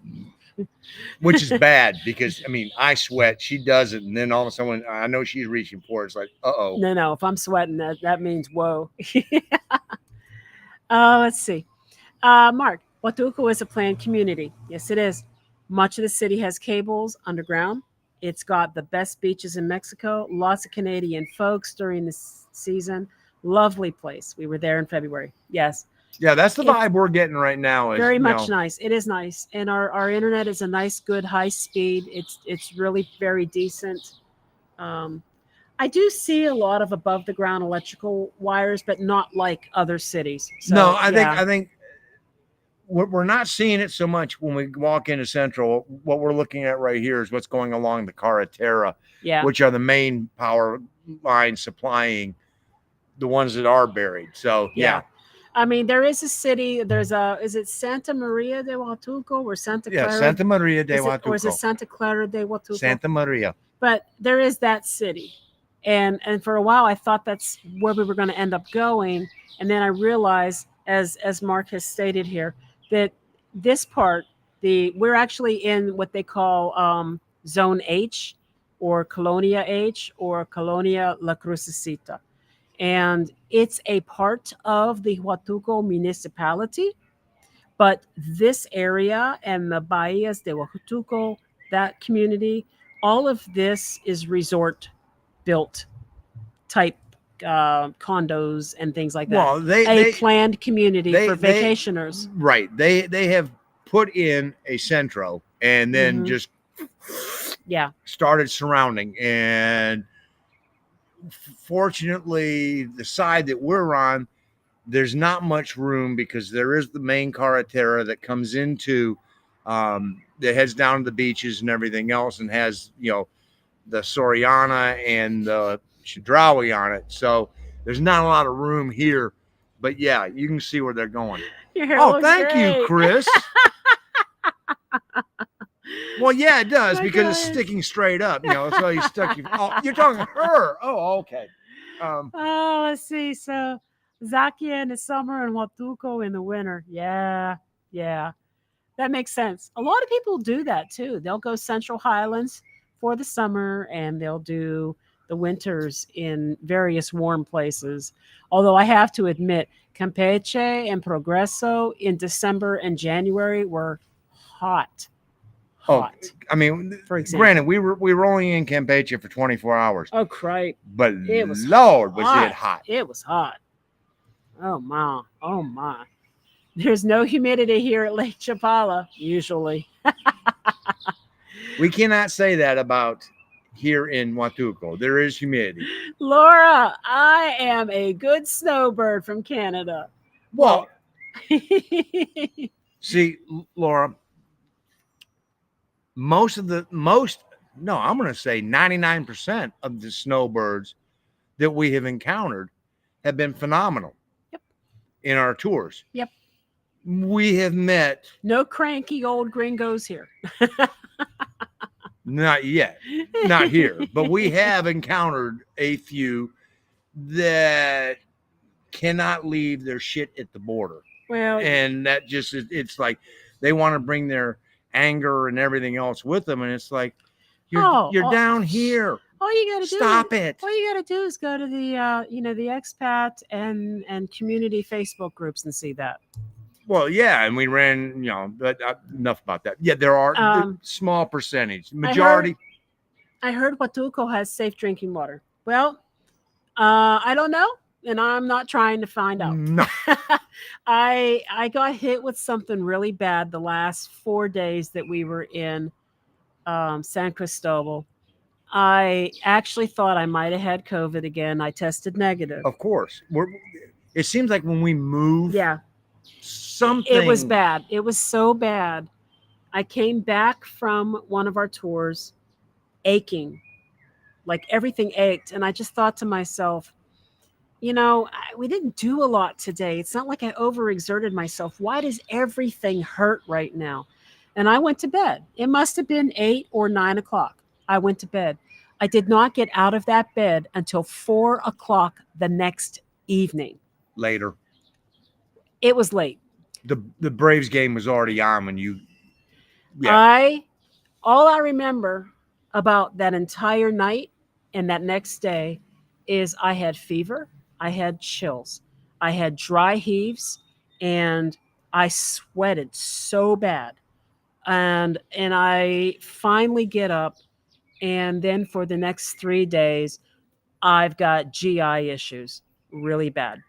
And I'm still somewhat suffering from that. But in addition to all of that, I woke up with an itchiness under my arm, and I had 3 huge welts from some bug bite under my arm and another one on my torso. So what I don't know is, one, was it a virus? Two, was it some kind of food poisoning? And if it was, I don't know what it could have been. And or three, was it from a bug bite? I don't know. But I was sick, and I haven't been sick like that in so long. And I'm still recovering. Fortunately, it only hit one of us. Yeah, and I'm still recovering. So in addition to all that, see, I also have fibromyalgia and IBS. So when my body gets stressed like that, it's not even so much about the GI problems and running to the bathroom. And no, it's about pain. I get really, really, really uncomfortable, unbearable, cramping pain, and I can't make it stop. And it will consume. I will probably spend a third of my day trying to go to the restroom to get rid of this pain, and nothing gets rid of the pain. And so I'm still recovering. That was 6 days ago, 7 days ago now at this point. And I'm better, but the pain part is not better. So I'm not taking a chance drinking Watuco's water, whether it's good or not. Especially just not. when we walk into this condo and there's a Garrafon and a half waiting on us. And it was like, and now the Garrafons, they look recycled, and they are being filled by a company called Watuco something something. So maybe they're getting water out of the main line. I don't know. But our host actually lives here in the complex, and that's where they get their water. So it's sort of like, all right, hold on. She's not telling us something that they're not actually using themselves. So, oh gosh, I'm trying to get caught up. So, hey, Debbie, thank you for this. This is true. yes, Mexico relocation guide was indispensable. It's on both sides of the border. honest to God, guys. I know we sound like we're shilling here, but the truth is, sometimes the information that you need the most, you are really dependent on how reliable that information is and the accuracy, and that it's the most recent. You will not do better than this. I can't tell you how much Mariana Lang and her husband work on this guide, make sure it's up to date, and they protect their baby. Oh, yeah. And yeah, we've been slapped a couple times on the wrist. They protect their baby, and they want to make sure that everything's current, up to date. The most helpful information. They'll even ask sometimes if there's other things that you want to know. Yep. And they'll add it to the guide. So I can't shout high enough and loud enough about how good this guide is. I love it. What do you think of Playa del Carmen as a processing site? INM. I would say no. And the reason I'm saying no is the number of gringos and expats who are going through Quintana Roo are. But the truth is, we don't know. No, we don't. But I can tell you that Progreso, that was as easy as it gets. We've only been we've only been to the INM in Querétaro and the one in Progreso. Now we could have gone to the one in Mérida, but our facilitator preferred the one in Progreso, and I'm kind of glad because it doesn't get used as much, and so it was a quick in and out. Now Playa del Carmen, I don't know how big it is. I don't know how many agents they have serving the counter at a time, or how high the demand is to use their services. So it's really hard for us to give an honest opinion, a knowledgeable opinion.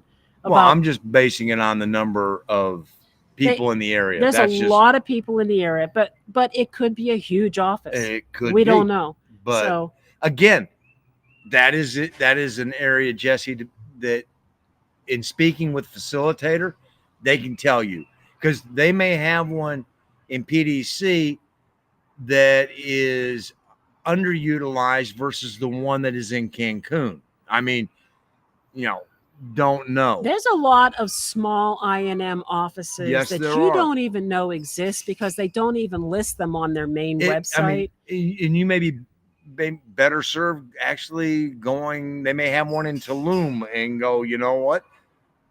Very few are going down there, That's or true. even getting onto the ferry and going across to Cozumel. And Cozumel could have one there in San Miguel. It's you sort of have to what we ended up doing to find out where there really were INM offices, because when you just do the search on the government site, it gives you the main one in each state.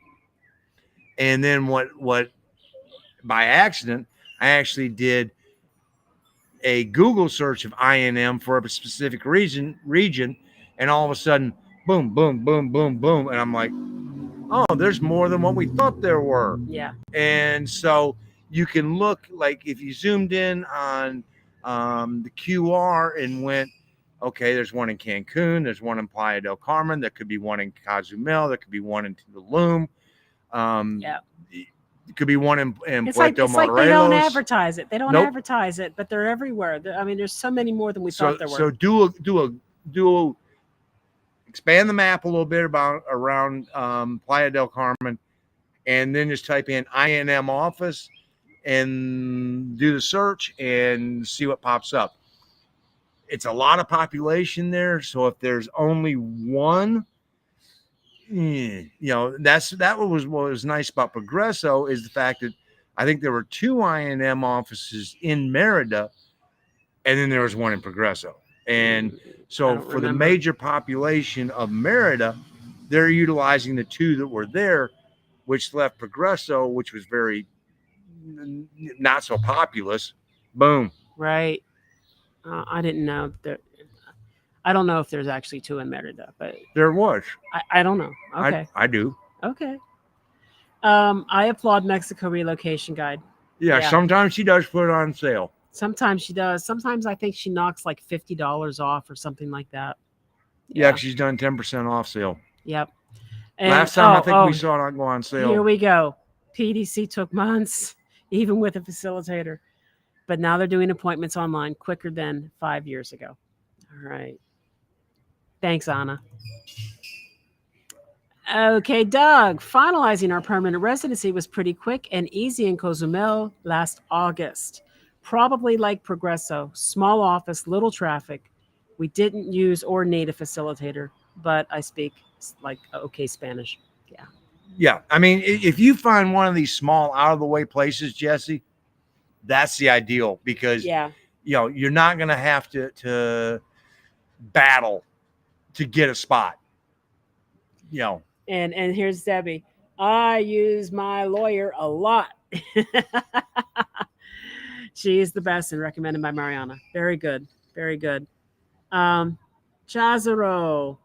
habaneros are better than the dark leaf.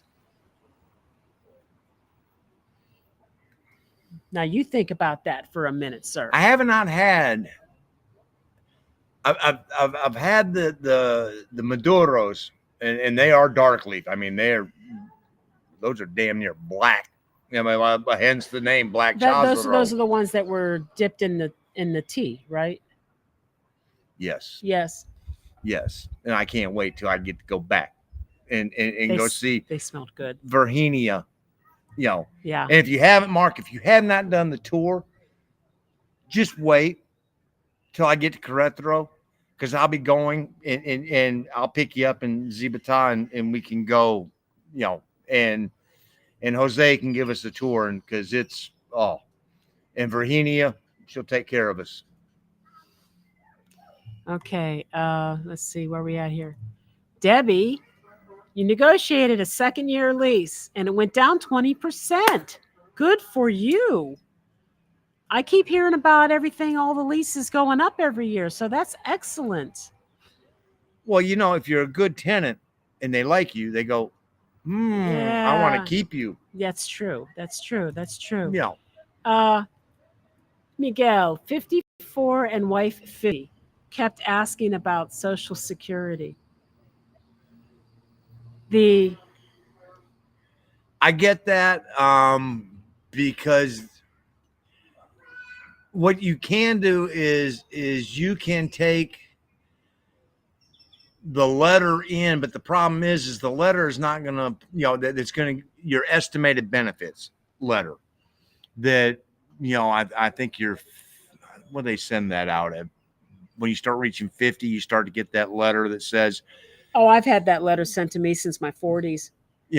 And so you can take that letter, but the problem with that letter is they're going to look at it and they're going to go, but you can't qualify till you're 62. Right. You cannot start bringing money in from SSI until you're 62. So yeah, I mean, that's, you're going to have to, for at that age, you're going to have either investment or something else that's going to be giving you a income. I mean, you could do the whole fandangle that pay yourself bit where you take your money and you deposit it. But depending upon which over and over. Well, yes. And you can do that, especially with the rising requirements. If you save yourself up about, $3,000 or $4,000 and you move it from one account and every month you drop it into your account and you walk in for 6 months and you go, see, I've got this much coming into my bank. The problem is at their age, they're going to go, what are you going to do when you get to Mexico? Because you can't qualify for. No, I know. So I know because that's where I know. I'm at. And so the secret there is going to be, you're going to have to be able to go to the right consulate that's not particular about that. Okay. Because if you go to the wrong consulate, they're going to go, we need a letter. How we know this is going to continue. Hi, Julie. Hi, Julie. Thank you for the question. And this is a hard one because we don't really know. When it comes to the main applicant and the dependent applicant, the consulate's information is vague from office to office, and it's all over the place. I honestly do not recall exactly how much we needed for him to be a dependent. I know it had $900 and some odd dollars. We don't know the exact amount though. That was a ballpark guess. We knew how much one person had to have hardline to qualify, and then it was like about $1,000 more for the second person. Right.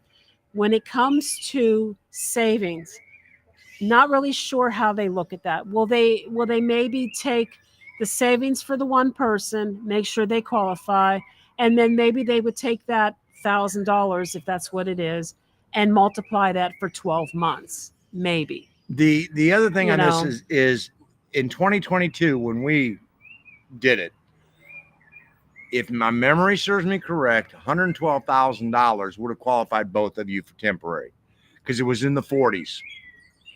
That if you had this amount, now the secret was both names have to be on the account because it has to qualify for both of them.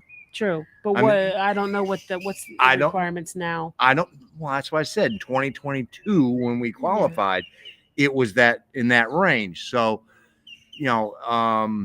that's one of those. You can go to gobierno.mex and go to the visa, foreign visa tab. And if memory serves me, it was towards the right-hand side up at the top. And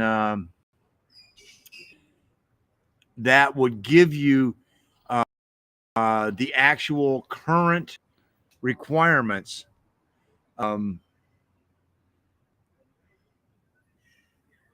Well, maybe I was wrong. I'm not really sure the name of the website. But if you do a search for Mexican foreign visa requirements, and one of them will say gobierno, and what else goes with it, I'm not sure because my God, it's been 2 years since we actually were looking at these things. Hard to believe it's been that long now. But it actually lists on there. The other place you can get it again is the Mexico relocation guide. I mean, Mariana has, and that might be something, if I remember, there's certain parts of the guide that she does list for free. And that may be one of the ones I think that she lists in there for free. Probably. Because she knows that if people are serious about moving to Mexico, she's got a better chance of selling them the guide. Right. But I think that if you go to Mexico relocation guide, either she will have the link for free or she'll have the actual information there. So I think that would be the best. That would be where I would start. But I get why you're asking, because even on a monthly income basis, they don't make it easy to figure out what that dependent amount of money is. It seemed like it fluctuated from location to location, and it wasn't ever very clear. And to me, it was never very clear how much they actually looked at to qualify him in addition to me. The only thing that was ever clear was this is how much it is to qualify. And with this being a situation where you're talking about lump sum savings and not monthly income, and you can do it. Confusing. You can do it on lump sum. It really is going to be dependent upon what the current requirements are. Right. And I think that you're right there, but I hate to say yet thumbs up, thumbs down, because I haven't looked at them in 2 years. Yeah, sorry. And Debbie or D, sorry D. Yeah. It's nice here. The heat's nice. The humidity not so much. Yeah, you saw me just have to wipe down. I know. I'm trying wiping down. I'm trying to keep from blinding y'all with the gleam coming back from the lights. Well, it's all over my cheeks right now. I look like I'm wearing highlighter on my face, and I'm not. Okay, so we are going to do that move to the beach for 9 months and elsewhere for 3 in the summer. Got to have a plan. Absolutely. Yeah. That is the number one thing that we did. I mean, and as Ernie has said, there's planners, then there's planners, then there's Gringos or us. I mean, because we plan to the point of going, okay, we tried to do everything that we could do and put the spreadsheet together and looked at this and looked at that and looked at this and looked at that, and we finally went, okay, you know what, we're just going to go with it. But plan it and plan it again. Greg, you are spot on. Glide stick, yes. Well, actually, I do have glide stick. They would market it for women and maybe for men too, to put on the back of your heel, or wherever a shoe might be rubbing you. And I still have mine. I can't remember who made it, but I used to laugh because it was like a little tiny deodorant stick. But I'm not kidding when I say, look, in this hot, sticky, muggy type weather, my deodorant stick goes lots of places, not just in my armpits. It makes it in a lot of different places, and it works. Sorry, I had to adjust the lights. We were lights. starting getting a little hot. I mean, not hot temperature. We're already that way. Hey, yeah, thanks, Cindy. I'm on the mend. It's true. I appreciate it. Thank you. The drive did not help. No, the drive didn't help. Yeah, see, the thing is I was already, I was hoping so much that I would not have to make him stop and make us go to the bathroom because, guys, there was nothing on this road. A couple of places for gas, and they weren't looking very populated. And I made it. And there was one time we were in the national park that it was just like. Well, he's a guy. Well, I understand that, but it was like, I have no clue as to how long it's going to be until the next one. And right. Here's a wide area off the side of the road. And she was like, "What are you doing?" I'm like, I gotta be. What you need to understand is that the ride to get here was so incredibly intense. We had rock slides and mudslides, some of which covered 3/4 of the road. And then when we got and they were in the mountains, and so you literally would come around the curve. Yeah. I mean, I'm doing the left, doing the And- right, doing the left, doing the right, and then slamming on the brakes because the and- road's blocked. And he's very foot heavy when it comes to the brakes. So when he's on the brakes, it's like, right? And stuff starts flying from the back of the car, hitting me in the head and everything. And then after we clear the mountains, now we've got potholes, but these aren't potholes. These are like craters on the moon. They're at least 6 inches deep and they are covering the road. And we're talking 18 to 24 inches. Yeah. I mean, in all diameter. the traffic on the road in front of us is using the entire road, both lanes, to navigate around these potholes. In the meantime, I'm not feeling good, guys. I'm not feeling good. And he's white knuckle holding on to this steering wheel and making these sudden jerky moves because he's trying to avoid these holes. By the time we got here, I only hit one. But the car sickness was real, and I don't typically get car sick. And so on top of everything else, and then when we finished the pothole dodging, and I mean, I actually felt like a slalom skier doing the, then we hit a stretch of road that was not paved evenly, and we were up and down and up and down and up and down and up, and it was just like, really? And then it was back in the mountains for the rest of the way to Huatuco, and it was just, Let's see here. Anyway, thank you guys. I am feeling better. It's just I got lingering residual crampy pain things. The I&M office in Puerto Vallarta, if you use the Mexico Relocation Guides facilitator, they make reservation in advance and you get through quickly. Yeah, good. Thank you, James. Yeah, the secret is, and thank you, James, for that. The secret is getting with a facilitator who's going to be able to get you booked. Because I think this is for both Greg and Jesse. Get you booked in advance so that you're able to go, look, I'm going to be coming down and I'm going to be there for 10 days and I need to get this done. And, I'm going to arrive on, let's just say the 19th. Can we book it on the 21st? That way you have X amount of time in case something goes wrong. But that's, you want to get in early just in case, because you never know. I mean, it is Mexico and it is the government. And let's see. I'm trying to get there. I'm getting there. For your IC, have you tried antihistamines? Works for 10%. My wife was one of the lucky ones. I have not. And then maybe that'll be something I consider because before we left the U.S., I started seeing his rheumatologist because it is an autoimmune type thing. And his rheumatologist put me on diclofenac, a low dose of diclofenac, and that seemed to help with the more regular, like I used to have a lot of, I would have pain almost daily between the fibromyalgia and that. And the diclofenac cut that down considerably. But then something like this happens, you get a flare up and you just got to work through it. But antihistamines sounds like a good idea and I'll give it a shot. So thank you for that, Greg.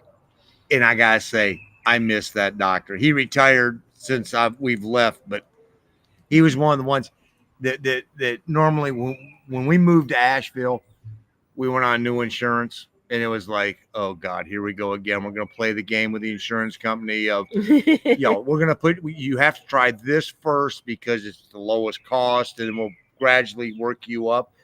And he went, you're on this and you're on this. Are they working? Yes. Good. I'm prescribing them for you. I'm like, well, what about the insurance? He goes, you leave the insurance company to me. They don't dictate to me what my customers or what my patients do. And I went, where have you been all my life? I know. Oh, honey, I guess we went off a deep end. Well, thanks for letting us know, Miguel. They were asking. Okay. Oh, well. Anna, I use chlorotrimazole for rubbing any place. Cheap in Walmart's there. It's brilliant. I bring a supply back to Florida. Really now? Okay. Have to wait to Oaxaca. I don't think there's a Walmart here. I guess I'll look it up online. Oh, bye, Cindy. Bye, Cindy. Thank you for joining us. Ooh, do we have Lena? Lena, how are you? We used the I&M at Playa del Carmen in May. With the facilitator, we had our appointments in 10 days and spent about 3 hours at the office and walked out with our cards the same day. That is excellent. Oh my goodness, guys! Right now, somebody is cooking some meat. It's the It smells- taqueria across the street. It smells good. Ooh. Are we about to wrap it up?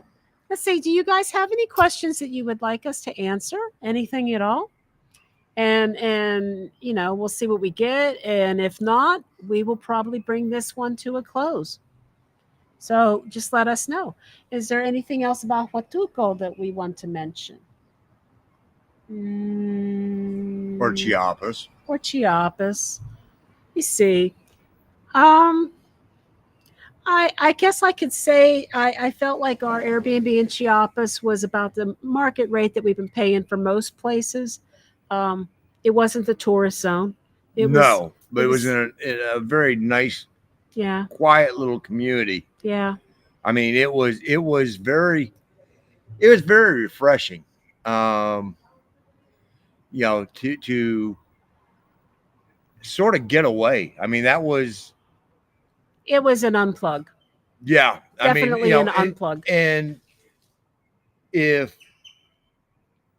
I think the video's dropping not this weekend, but the next weekend. About 10 days from now, the video on the Airbnb is going to drop for San Cristobal de las Casas. And if you're looking for a place in Mexico to come and you don't need internet, you know, a lot. I mean, we had no problems getting emails and things like that. But if you really if you're trying to stream, if you just want to hang out someplace for a week for just a relaxing vacation, this Airbnb really was pretty nice. Yeah. It was really nice for that. It was I want to say remote, but it was rural, but yet only about a 12-minute drive to town. It was quiet, except for whenever things would echo in the valley off of the sides of the hill. It got to the point where I had a joke going that the Guatemalans were invading because a lot of fireworks on that side of town, on the south side of town, which is where we were. And they would echo. But otherwise, it was really quiet. It was quite nice. Clean mountain air. And it didn't matter if it was 12:30 at night or 6 o'clock in the morning.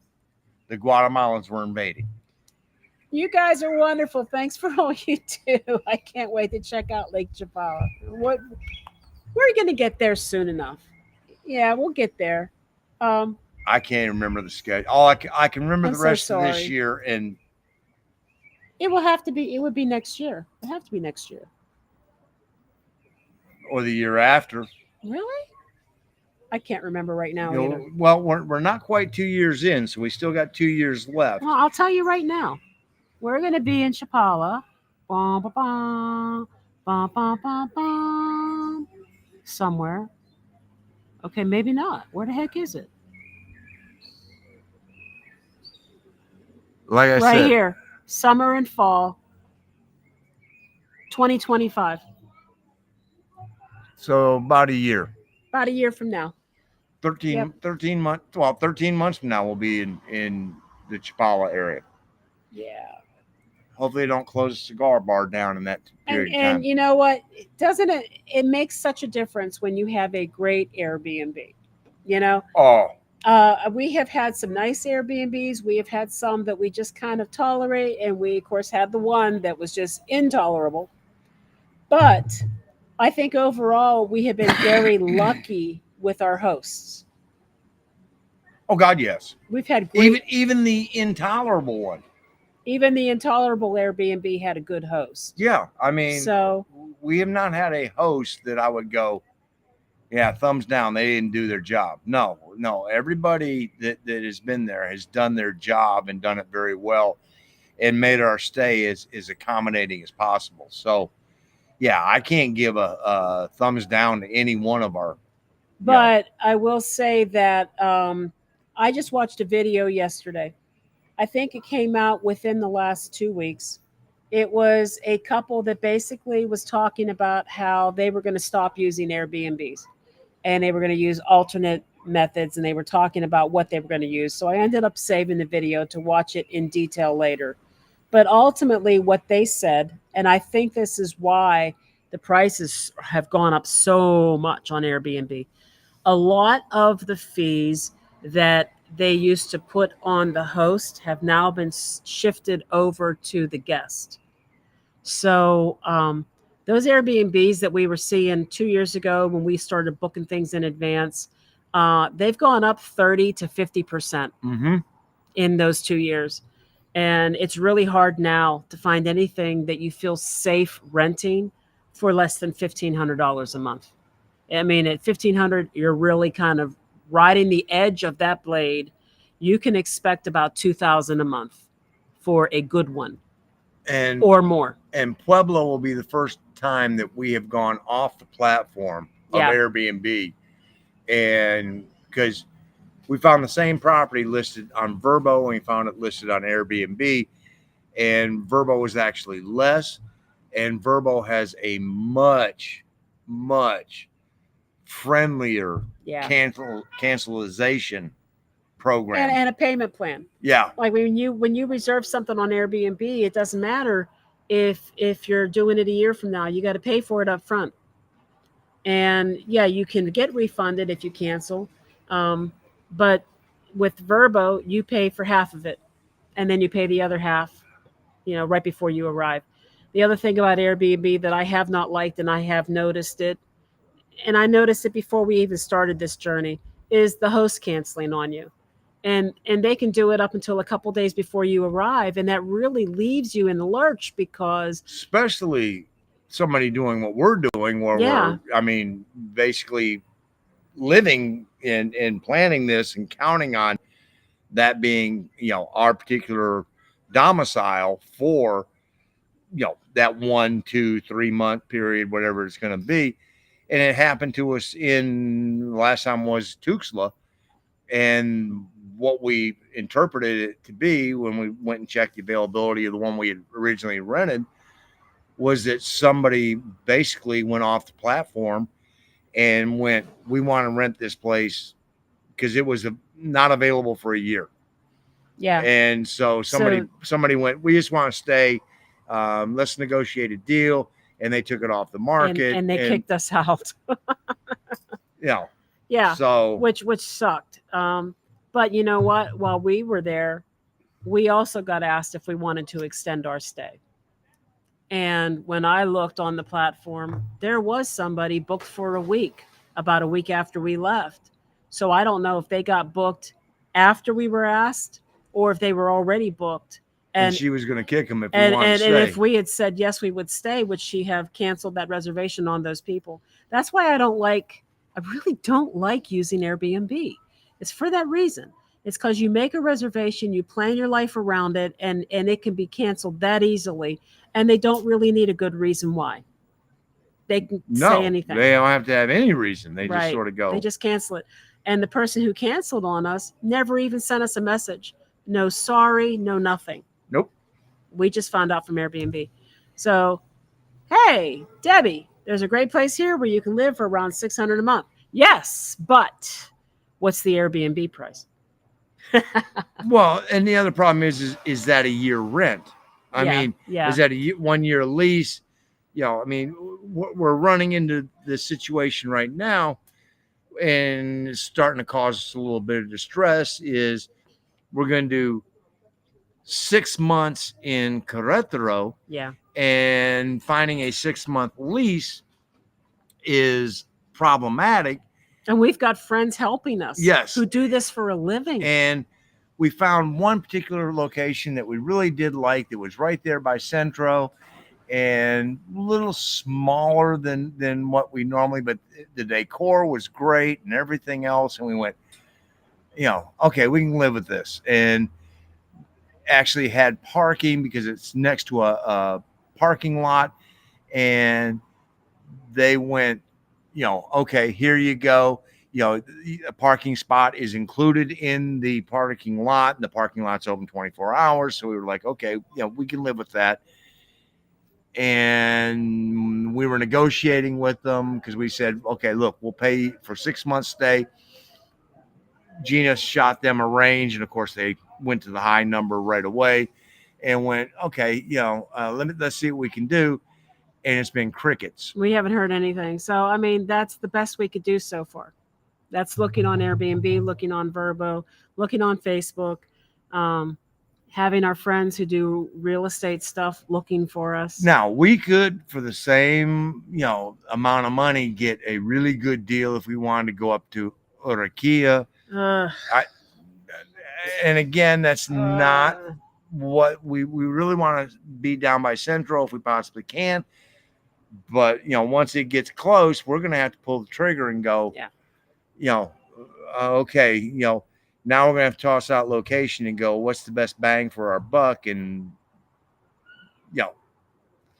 we'll do what we got to do. So it's by the month, and that's cool. What scares me is you just said it's a small hotel. So that sounds to me like basically an efficiency apartment with a mini tiny dorm room fridge and a hot plate. We can't live like that. I'm sorry. Well, no, the other problem is we need one bedroom just for all our stuff to put the shed. I mean, literally, all of our stuff has to go into a room. So that we have, I mean, like our master bedroom right now, the closet I've sort of taken over and put all of my stuff up into there. And she has taken over one closet area in the other bedroom. And the third bedroom has got all the ancillary boxes and baskets. And it's, we don't travel light. No, we got our whole life in our car. So, Mark, I'm looking forward to seeing you and Gina when you're back in Querétaro. See you at Buffalo Wild Wings. Yes. And Paseo Querétaro or Wings Army El Refugio. Oh, my God. The last time we were in a Buffalo Wild Wing, we used to be part of NT and Buzz Time Trivia. Yes. We were part of the group at one of the top 50, if not higher. I was the music and entertainment queen. He was the current events, sports, history guy. And off the wall shit. I mean, we used to put top scores across the country. Yeah. Well, there was a time that for the sports for the year, the entire top 10 for the year was me. In that location. Not over the country. Not nationwide. No, I'm talking about, but for that location, but we would put up as a team, as a location, we were constantly top 10s. We had a lot of nationwide scores put up as a team. There was a huge group of us. So funny. Vito. Oh God, Vito, Zorak. Vader. I was Gypsy. He's Dodge. It was so fun. Let's see. There are beautiful casitas where I live around $1,000 a month. See, that's what I'm talking. That's the type of rent. If we were going to do rent, that's the type of rent I thought we would find. But when we're doing Airbnb, we don't find that. What I'm going to say now, though, is that when it comes time for us to start talking about Ajijic area, then we will reach out to Debbie and go, okay. Set us up, girl. Set us up. Yeah, we're going to be here for this time. We need at least one extra bedroom. And, then we also have to have at least a queen, preferably a king. But yeah. If we could get off the Airbnb platform for a period, we'd be all for that. Airbnb's going down the tubes. I mean, there's a lot of people complaining about the lack of reliability in the reviews, and not ours. You leave very detailed. I good reviews. Leave detailed, accurate reviews, but a lot of people fear getting negative feedback themselves. Well, and the other part about doing Airbnb, you learn to read between the lines. I mean, you literally have to do that, where you start going, okay, they're not slamming it, but they're saying it this way, and you have to read it and go, okay, that's not good. well, I mean, like, I could say that the internet was horrible and it wasn't usable, but But she just listed the but speeds. what I did is I list the speeds: 15 down and 5 up. Make your own decision. And that was on a good day. And that was on a good day. But I guess let's see here. Oh, gated parking. Oh, here you go. Boy, Debbie, you just keep selling it, honey. You're selling it. Next door to Walmart. Can't go wrong there. I mean, I shop at Walmart unashamedly. I'm just that's what I said. You can't go wrong there. Sometimes when you're looking for the gringo items, you got to go to the Walmart or the HEB. Or the HEB. Right. Sometimes. Or the Chedraui. No, I mean, it just depends. Yeah. Yeah, but I can get Mountain Dew at Chedraui. I can get Snyder's Hanover at Chedraui. That's true. Otherwise, we just shop local.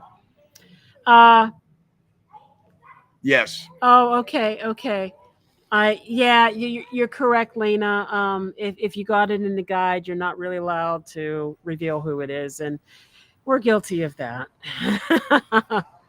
Yeah, we've had our hands slapped a couple of times, so we're trying to be very good about that. I mean, I made one off the cuff comment, and literally off the cuff, just a random comment. Yeah. And she's very serious about it. And she takes it. You know what? It's her baby. It's her baby, and she takes care of it. Yep. And she works hard to do it, and it's worth every penny. In Solidaridad, am I saying it? Solidaridad, 2 places had big construction going on within 20 meters. I put it in the rear view. In the review. In the review. Oh, I can't talk. I'm so sorry, guys. I'm just. I need quiet for work, and we like siesta. There you go. That's fair. You put it in the review. Yeah. You're letting people know that there's construction work going on, and it can be noisy. We have stayed in a couple of places where there was construction going on. One of them, the building wasn't even connected to us, but it felt like they were coming through the wall. And it's not Fly a car. It's not the hostess's fault. No. She can't help it that they're working on the building next door. And it's temporary. And it's temporary, eventually they're going to be done with that unit, and that won't be the case. Tulum is another one. Oh my God, they are building in Tulum. Let's see here. I use Super Lake, which is a locally owned grocery store. Very cool. I haven't seen that one yet. No, I haven't heard about that yet either. But that's what she said, locally owned. So Laura, I so enjoy your travels and experiences. Well, thanks. We like sharing them with you. We think that there's a lot of travel ones, and they want to show you a lot of places that you can visit if you're touring, if you're visiting. But when it comes to living here, I mean, obviously, being a resident is different than being a tourist. And so you're going to want to see, what's it like to walk down this street? Oh, are you going to have an issue with littering? Are you going to have an issue with vandalism? Are you going to have an issue with a lot of stray animals or dogs? Are the people nice? What's the weather like? How's the electricity? Is it consistent? Does it fluctuate? I mean, if you're traveling Mexico and you're going to do it by car, folks, that takes the most planning out of anything that we do. Honestly, he works a few days before we take a trip. Few days.